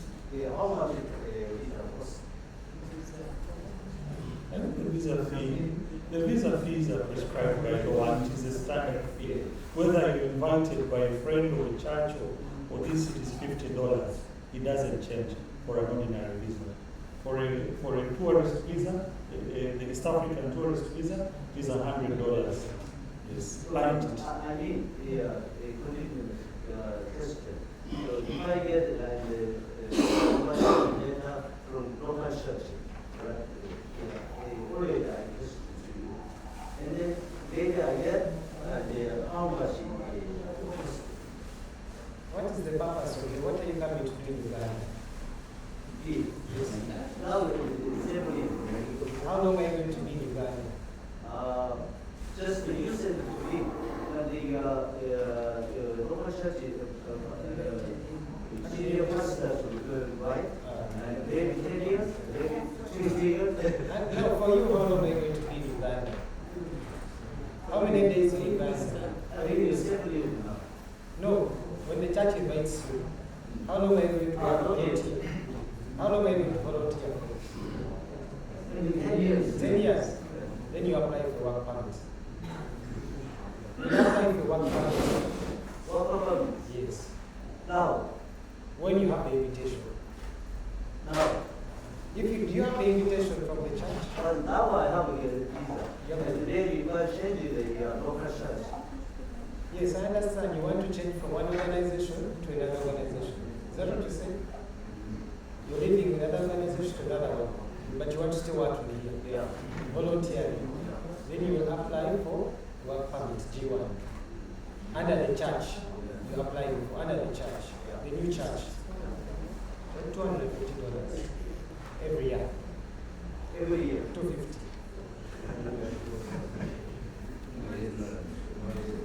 I hope you have understood. He has just explained something, which is what you're going to do is now apply for change of employment.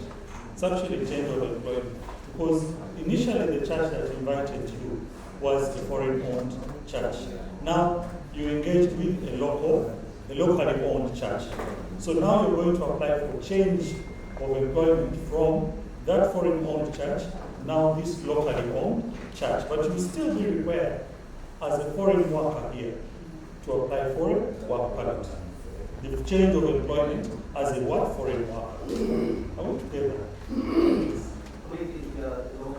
Yes. The same thing. Change of employment to now a locally owned church, but as a foreign employee. Is that okay? I have another question. He's thinking that he is working in Uganda now. If a local church invites him to Uganda church, does he have to travel there with the visa?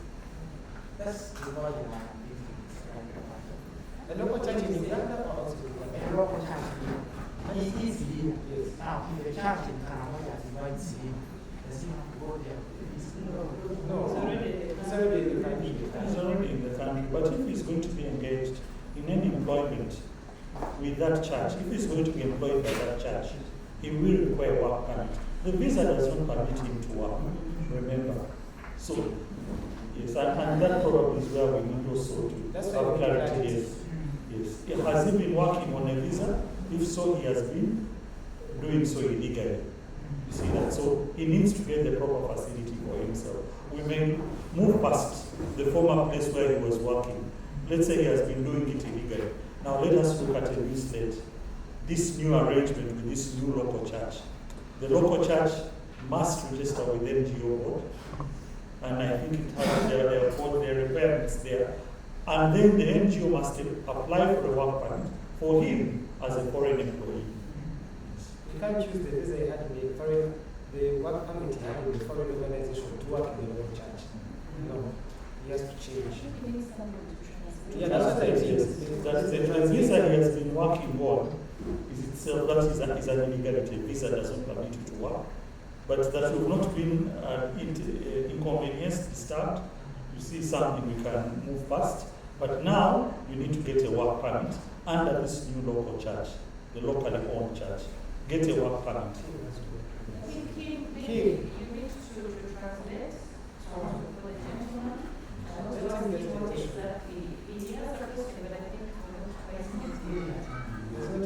What is the requirement? No, he has a question. This question is Let him tell you the question. You understand? Sorry for clear view and clear communication. And here this applies to all of us. When we most of these people are like Koreans and we are more like we try to as much as possible apply your law. Sometimes we are not so much informed. So the story about it. We try to get out. And also, like the factory speaking, because I live in Korea and also in America, I have 30 years of program for 5 years. I don't know, state very when we try to go to immigration or NGO, we would like to hire a lawyer, for example, a lawyer, especially sometimes the lawyer, they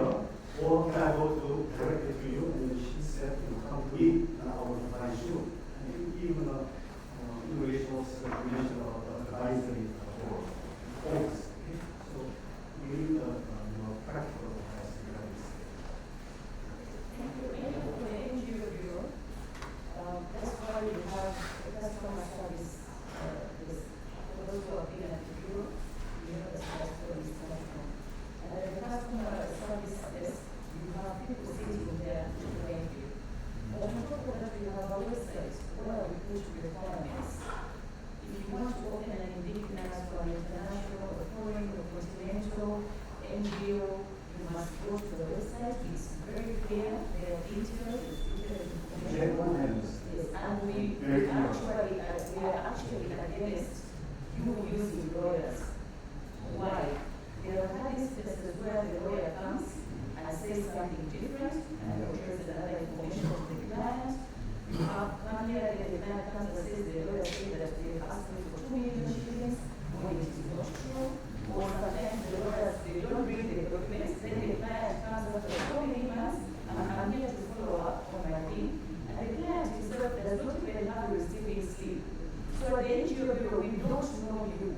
Because we don't have anything saying that, okay, this is me. Because when you are submitting, we ask for your national ID, or your passport, or whatever. You have your receiving slip, you have your number. So many times we don't have that because we're using lawyers. And some lawyers, with all due respect, are common. You find them on the roadside and everything. I was listening to radio also, DCIC, I think was advising against it sometime, I think last week. Because people are using lawyers to say we shall get your passport in this time, and actually you don't need all that. All you need to go to their website, fill it in, post it, and then you follow whatever comes up. So at NGO Bureau, unless you know this lawyer very well, because we don't have like a list and say these are the certified practicing lawyers that are good at registering NGOs. We don't have them. So we advise you to come to the NGO Bureau and then we guide you. But you must come after you also had a look at the website, you have some information on what you're looking forward to, and then you can proceed from there so that there is no middleman. Otherwise, the middleman is creating a lot of issues. So unless you trust them, unless you know them, the NGO Bureau will not take the blame for anything that will happen. So we discourage it. Unless the postman police can talk on it.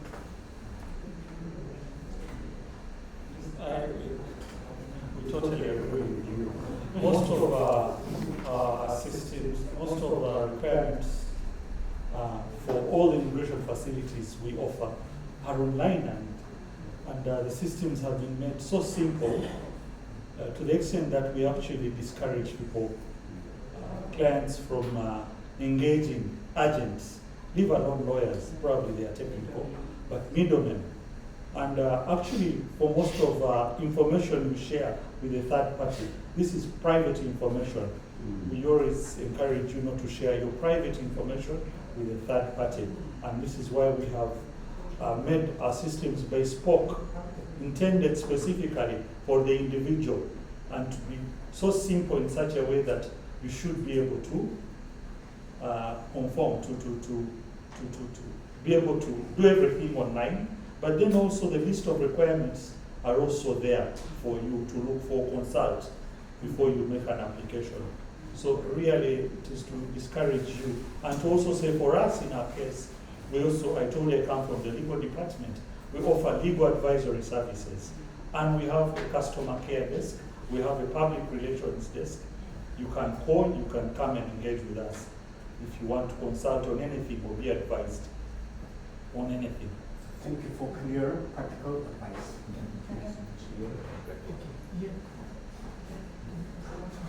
Hello. Yeah, I'm Frank once again. I work under President Church of Christ and the senior relevant party here. I've been under this organization for now a period of 20 years now. I've been working with these missionaries, and in this case I commend the DCIC. Right now, these days, the system is efficient and prompt compared to some years back. You come to immigration and get stuck, you reach to someone's office, it doesn't give the attention that you deserve, but nowadays, you're much better. Thank you for that. Yeah.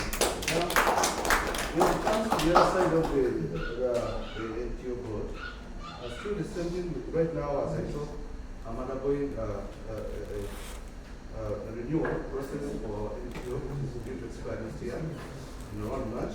But obviously, again, honestly speaking, the requirements are too many. 16 requirements for us to meet. It's quite a big task where you don't have even coverage, sometimes they go between. Because now, there's so many offices you have to approach. Like, to take an example here, it comes to requirement number 11. They talk about recommendation. recommendation from the district national government, organization monitoring committee. Then 12, a certified copy of memorandum of understanding, MOU from the district, areas of operation. Some of these things are even repeated. You may find yourself, you go to the district, the monitoring committee, they are the same people you have again to meet when you went for the OMU. So, I don't know. Okay, these policies are really, I think they're put up by the government, but again, you have to go to FIA, then PDO, all these kind of requirements. So it gives really a big task for us to process. And at times, when our colleagues here, they tend to, because sometimes they send us to developers, but we can tend sometimes to doubt you at one time. Because the files have to move here to there, and for them, they say there's something they don't understand our systems, even when you expect to them, because of the bureaucracy and whatever. So my calling here, how would you help us unify these systems? Because quite too many requirements to beat, even for simple renew, finding new data system for the last 15 years ago. You have to go through the other same system. So this is that's my calling. Thank you so much. Now, unfortunately, we cannot run away from the law. That's how the law was designed, lead us to the Indian Article 16. All the requirements that we as you at the time of registration or at the time of renewing the permit, they are required, they are provided for by the law. An NGO in this country can never operate unless you have gotten an approval from the district where you're going to operate from. And we as NGO, according to the law, we cannot give you a permit of operation unless at the district where you are implementing your interventions know you, you've signed up MOU with them, and they recommend you now to the bureau to review the permit. Because you're operating the grassroots, NGO bureau is not there to see what work you do within the communities. So the districts where you're operating where you're operating at are the ones who are supposed to commend you that we know this mission, this NGO, they are doing a very good work at our district. Please go ahead and renew their permit. So there are some other requirements that we are provided for by the law. Yes, they are very good, but at times that's how the law was designed. However, there is a window that is going to come up after the transition period. We are going to review some of the laws that govern NGO operations in this country. And we shall be able to seek your views, to see to it that yes, we are going to a very conducive environment for the sector. But currently, that is how the law was designed, and you will bear with us that is sincerely those are the requirements. Because we cannot go ahead and issue a permit of operation to an NGO that we have even never visited. But we believe the local authorities know you. So can they recommend you to us? Then we can issue a permit of operation, as well as signing the modules. Now when it comes to those other requirements, like the PDPO, the Personal Data Protection Certificate, then a certificate from FIA. Still, according to the NGO Act, there is a requirement that much as there's this NGO Act 2016, it's not about the NGO law. There are also other laws in this country that govern the operations of NGOs in this country. So that's why you see, at the end of the day, when you come to our offices to seek for renewal or registration, you're required to have a certificate from Financial Intelligence Authority. And the reason as to why you need to have a certificate of registration from FIA is because NGOs are categorized as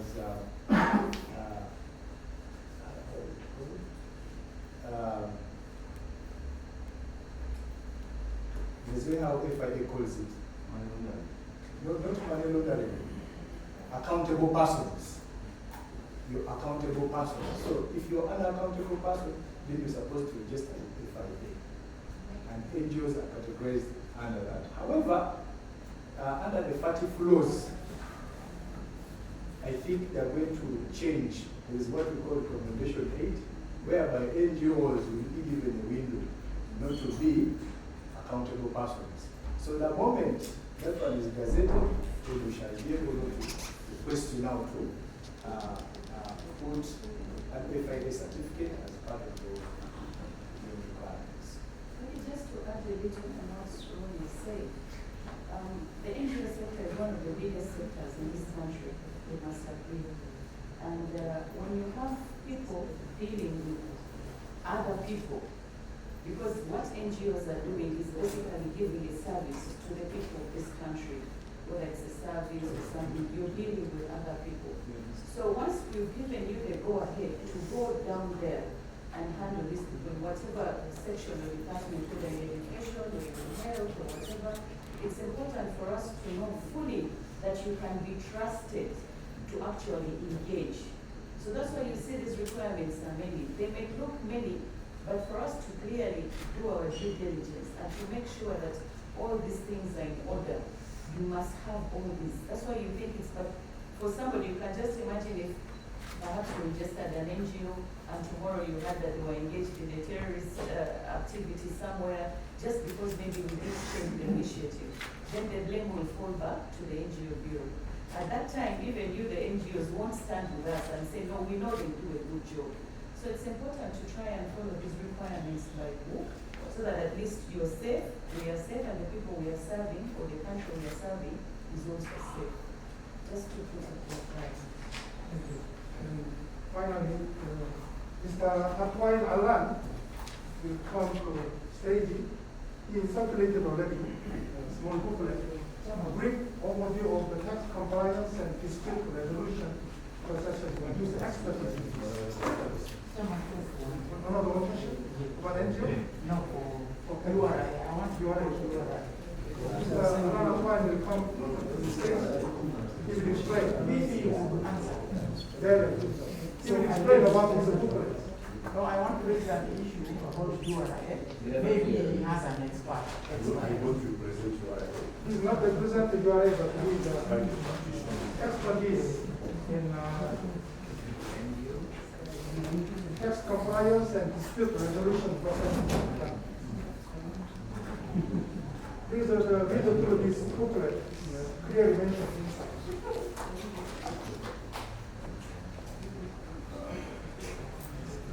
Because we cannot change the tax law here in Uganda, but we can overview the tax compliance, dispute resolution process.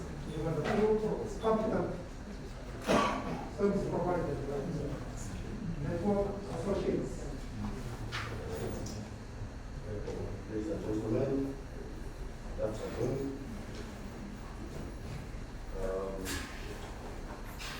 I was told I have only 15 minutes to make this presentation. Tax is a very complex area, and quite wide. This is one of the books, domestic taxes. So I really couldn't figure out exactly what I would present about. So I did that, book are distributed. Probably we can go through it together from page 3.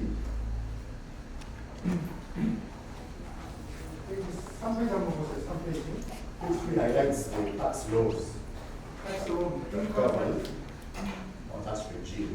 And the reason I'm beginning with this, I will not read verbatim, because I will empower you to, in free time, take effort and read so I can probably understand it and to read better. The reason I began with the tax laws is because I hope to demystify the issue that tax is for accountants. And with all due respect to the accountants, I am also one, I'm really qualified as an accountant. But tax is first and foremost law. You must first get the law right, and then do the accounting. Juxtapose the accounting on the legal principle. Actually, it is not as fatal to get the accounting wrong, but it is very fatal to get the law wrong.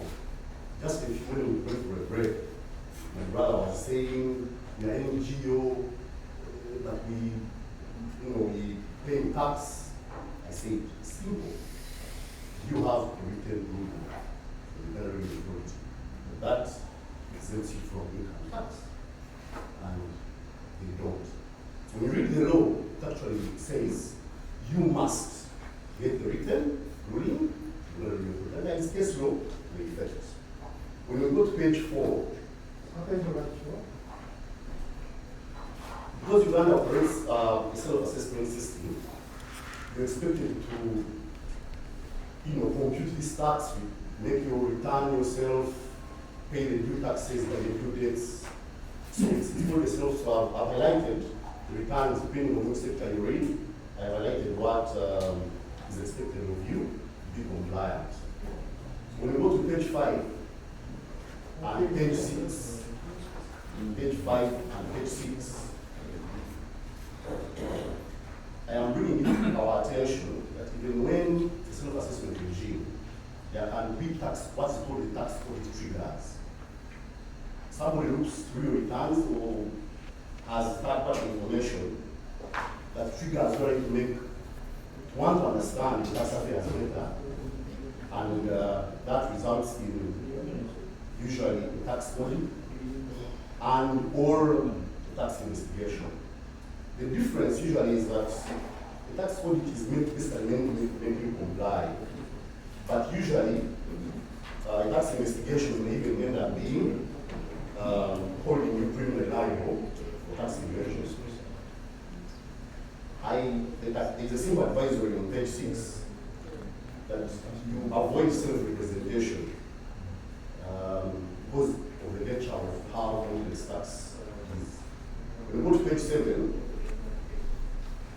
I have highlighted the potential outcome of tax audit or investigation. Of course, the desired positions that you consider with URA and you left of the book.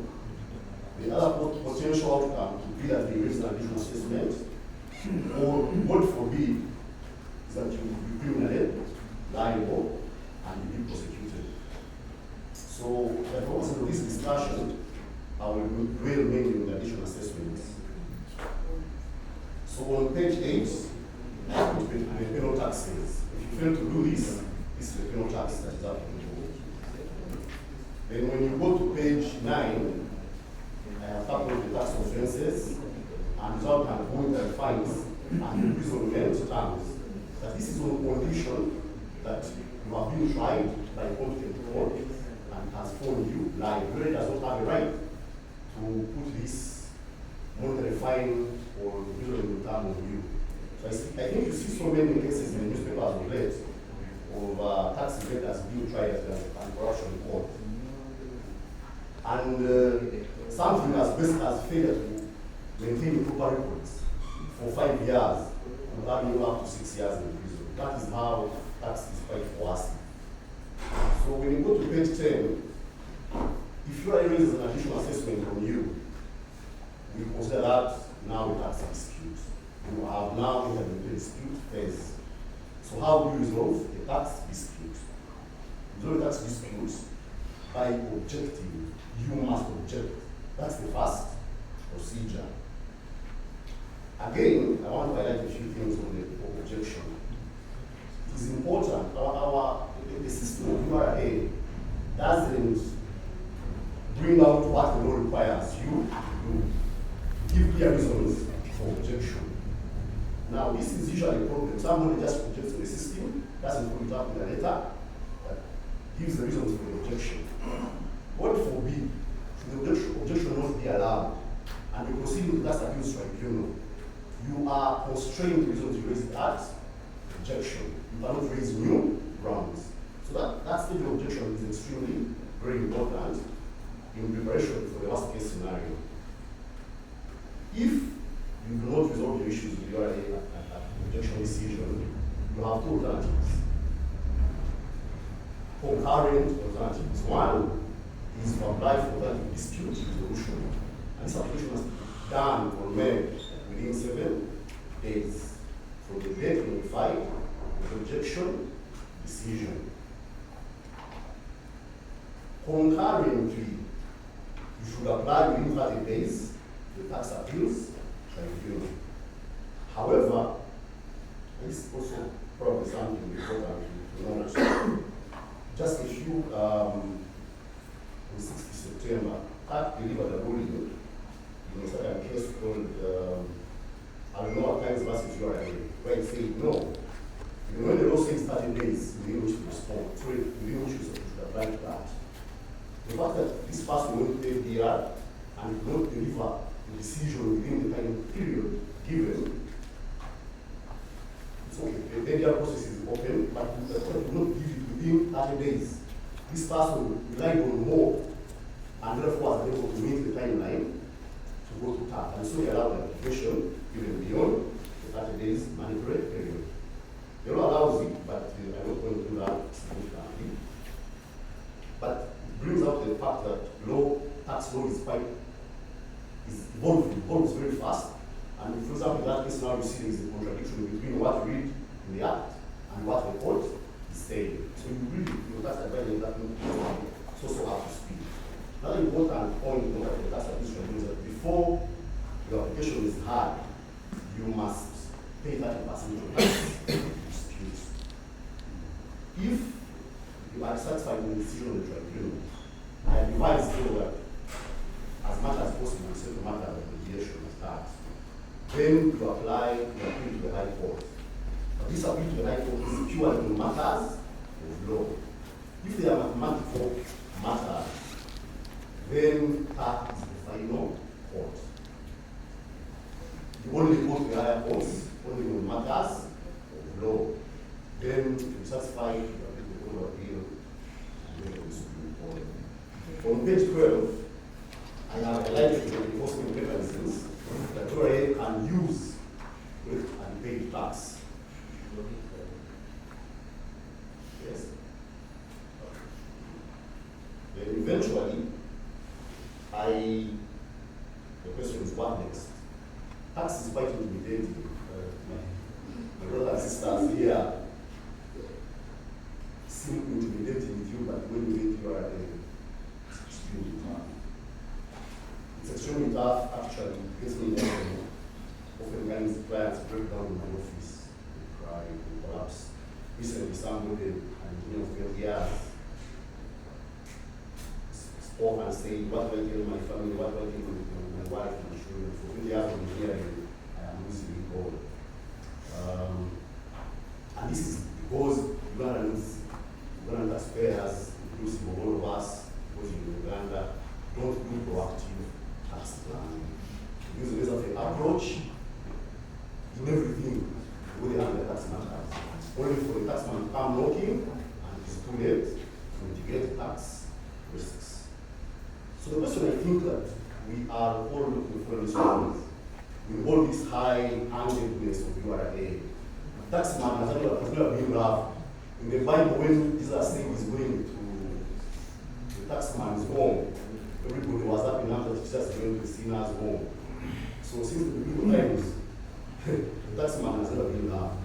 So I want to stress an important point, that the law allows you to plan tax affairs in a way to pay as minimum tax as possible, while you're doing it within the law. You can structure transactions and pay as minimum tax as possible within the confines.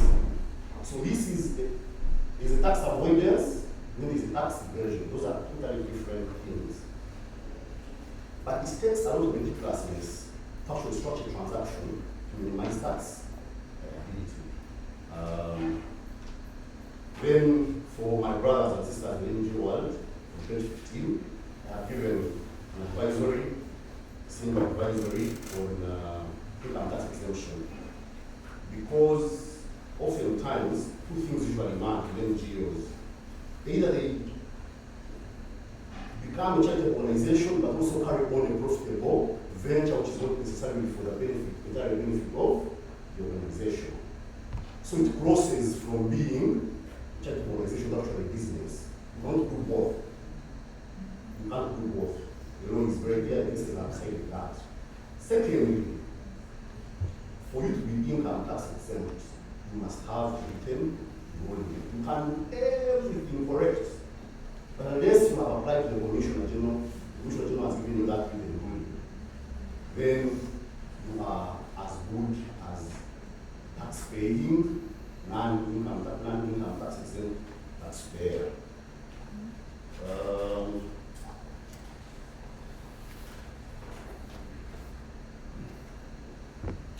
Yes, I conclude. I have just two quotes, which were made by very serious people. One was Jesus, of course. Jesus Christ, when the Pharisees asked him whether he's right to pay tax, and he responded, "Give Caesar what belongs to Caesar, and give what belongs to God." Then the author is Benjamin Franklin, who was the president of the United States of America in 1789, and he said, "In this world, nothing can be said to be certain except death and taxes." My firm, our firm, emphasizes that when the hunter learns to shoot without missing, the birds should learn fly without crashing. That's why I really emphasize that tax planning in an equal way and public protection and still pay as little tax as possible. As I conclude, I want to thank you very much, the prayer community, the government funded sponsored projects, Oika, Opia, Kofi. I want to thank my brother Kim for the opportunity to present to you, and I look forward to helping you in the field as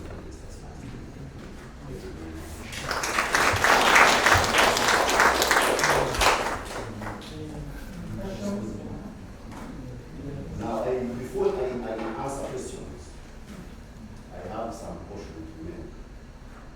Tax is extremely heterogeneous, it's extremely new to you. You can appear to have similar issues, but they're actually quite differing. And usually when I make presentations, people will ask questions. They will give universal answers. And then somebody thinks I am giving them the silver bullet to their issue. But when they present their facts, I actually gave a wrong answer because of the way they presented. Because nothing is straight, you have to really understand exactly someone's operations and give a tailored advisory. That is the complexity of tax. There is no universal answer. Yes, I can give a few things here and there, but I am cautious to respond to questions that are personal. Somebody will present a situation. When you go to do, recently I was handling a matter, just to give an example. And somebody's returns for the last 3 years show that he has not earned, the company has not earned any income. He was very sure, saying, then when we went to look through the withholding tax returns, this person has earned over 18 billion in 3-year period. From the withholding tax returns, government has paid you money, has withheld tax, and this person is claiming that he has not earned. So, but the way he was insisting, so it is that tricky, it is usually that tricky to give. But nonetheless, I'm available on WhatsApp, I'm available by email, we're available in this idea, and I still take questions in that portion.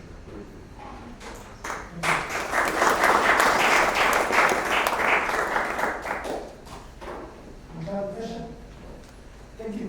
I need to stand on this issue because it is a tough one on my side.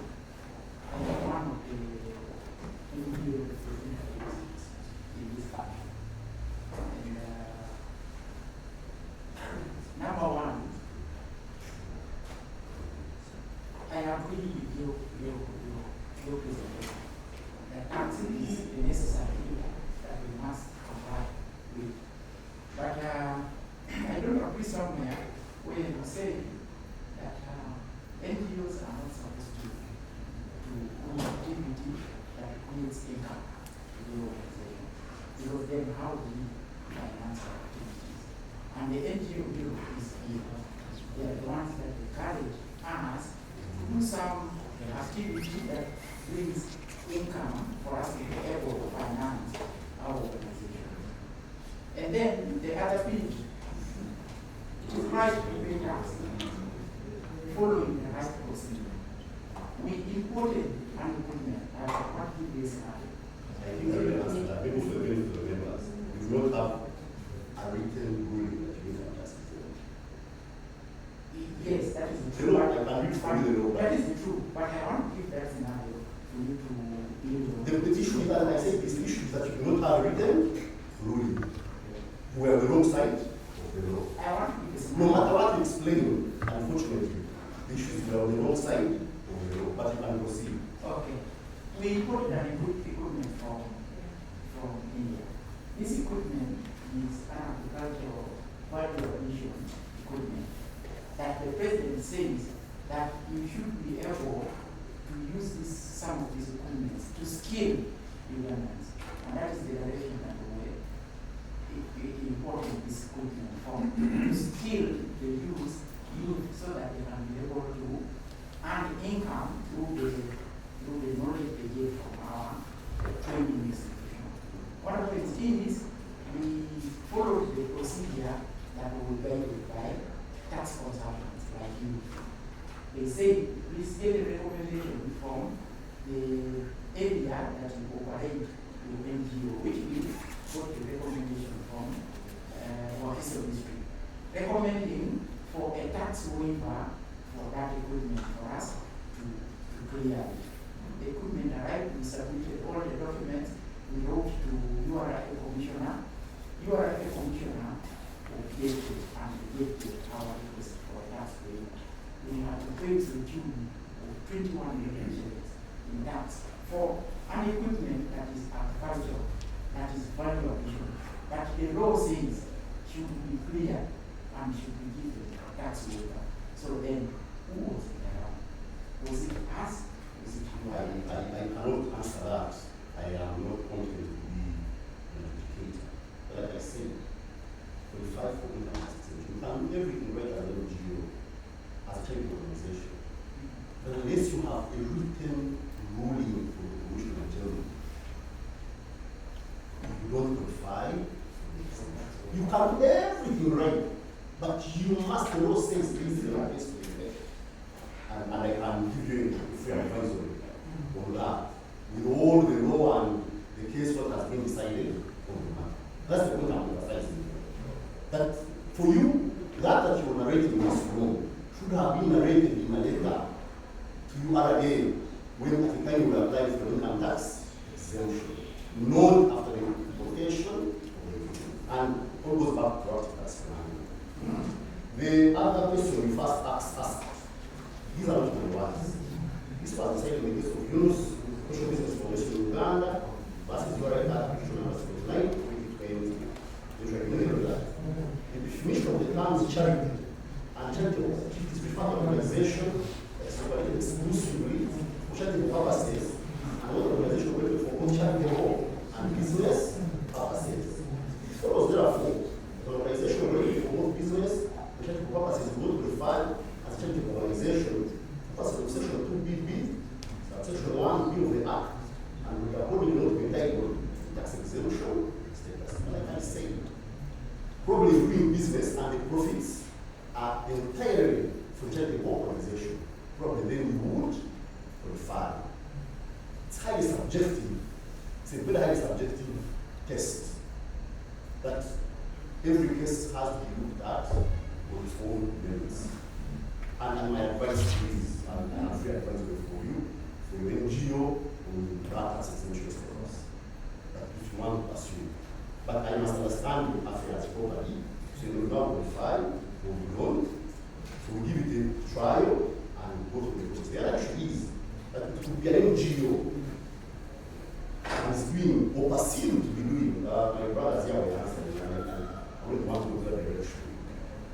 But then you find that when you go to do a tax audit on them, if you are not doing tax audit on them, there's elements of money laundering, there's what, there's explaining income, there's expenditures. So So it is a process. You have to fully grasp the operations and ensure that they are in compliance with what the customer expects.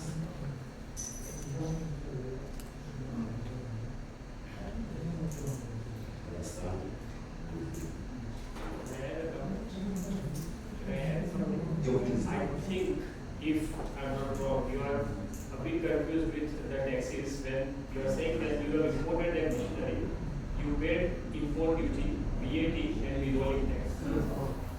It is different from income tax exemption that he is talking about. Okay, so those taxes are payable even if you are income tax exempt. Income tax exemption, as I said, you have to operationalize that exemption by proving it to URA that your income is going to be used for charitable purpose. So the most important document in my opinion is your constitution. In your constitution, if you are saying that your profit or any asset that will be disposed at the resolution to the members of that organization, then it is not an NGO or not a charitable purpose. If it is saying that all the profit or all the disposal proceeding at the disposal of the asset or the NGO is going to be distributed to the similar NGO in Uganda, then you can prove that it is only for charitable purpose. So that is the main thing. You have to prove to URA that your profits for proceedings going forward will be only used for charitable purpose. If you can prove that, get that operationalized through your certificate of exemption, then you are exempt for 2 years. Every 2 years you have to get it renewed from Uganda Revenue Authority. Yeah, so those two taxes are. Thank you very much. It has been very clear that first and foremost, it's not issue of opportunity. The rule should be, you have continuously, you apply. But they but I could explain to him that whether you qualify to be a charitable organization for tax purposes goes way back to how you were drafted, your members, or how you have incorporated your trustee under the Trustee Act. So it's a chronology of things. You can do everything right, like he has explained, where there is a case at the international school, which explains the facts very well.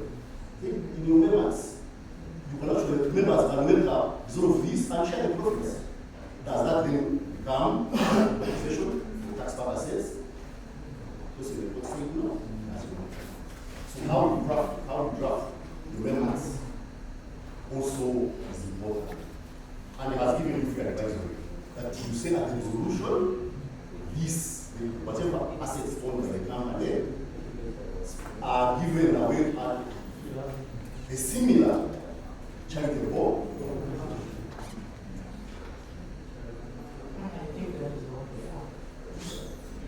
Sometimes is prepared gift for all these lectures.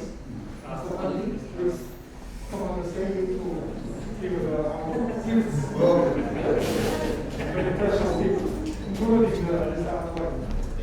He has prepared gifts from his heart. Please stand up. Thank you so much.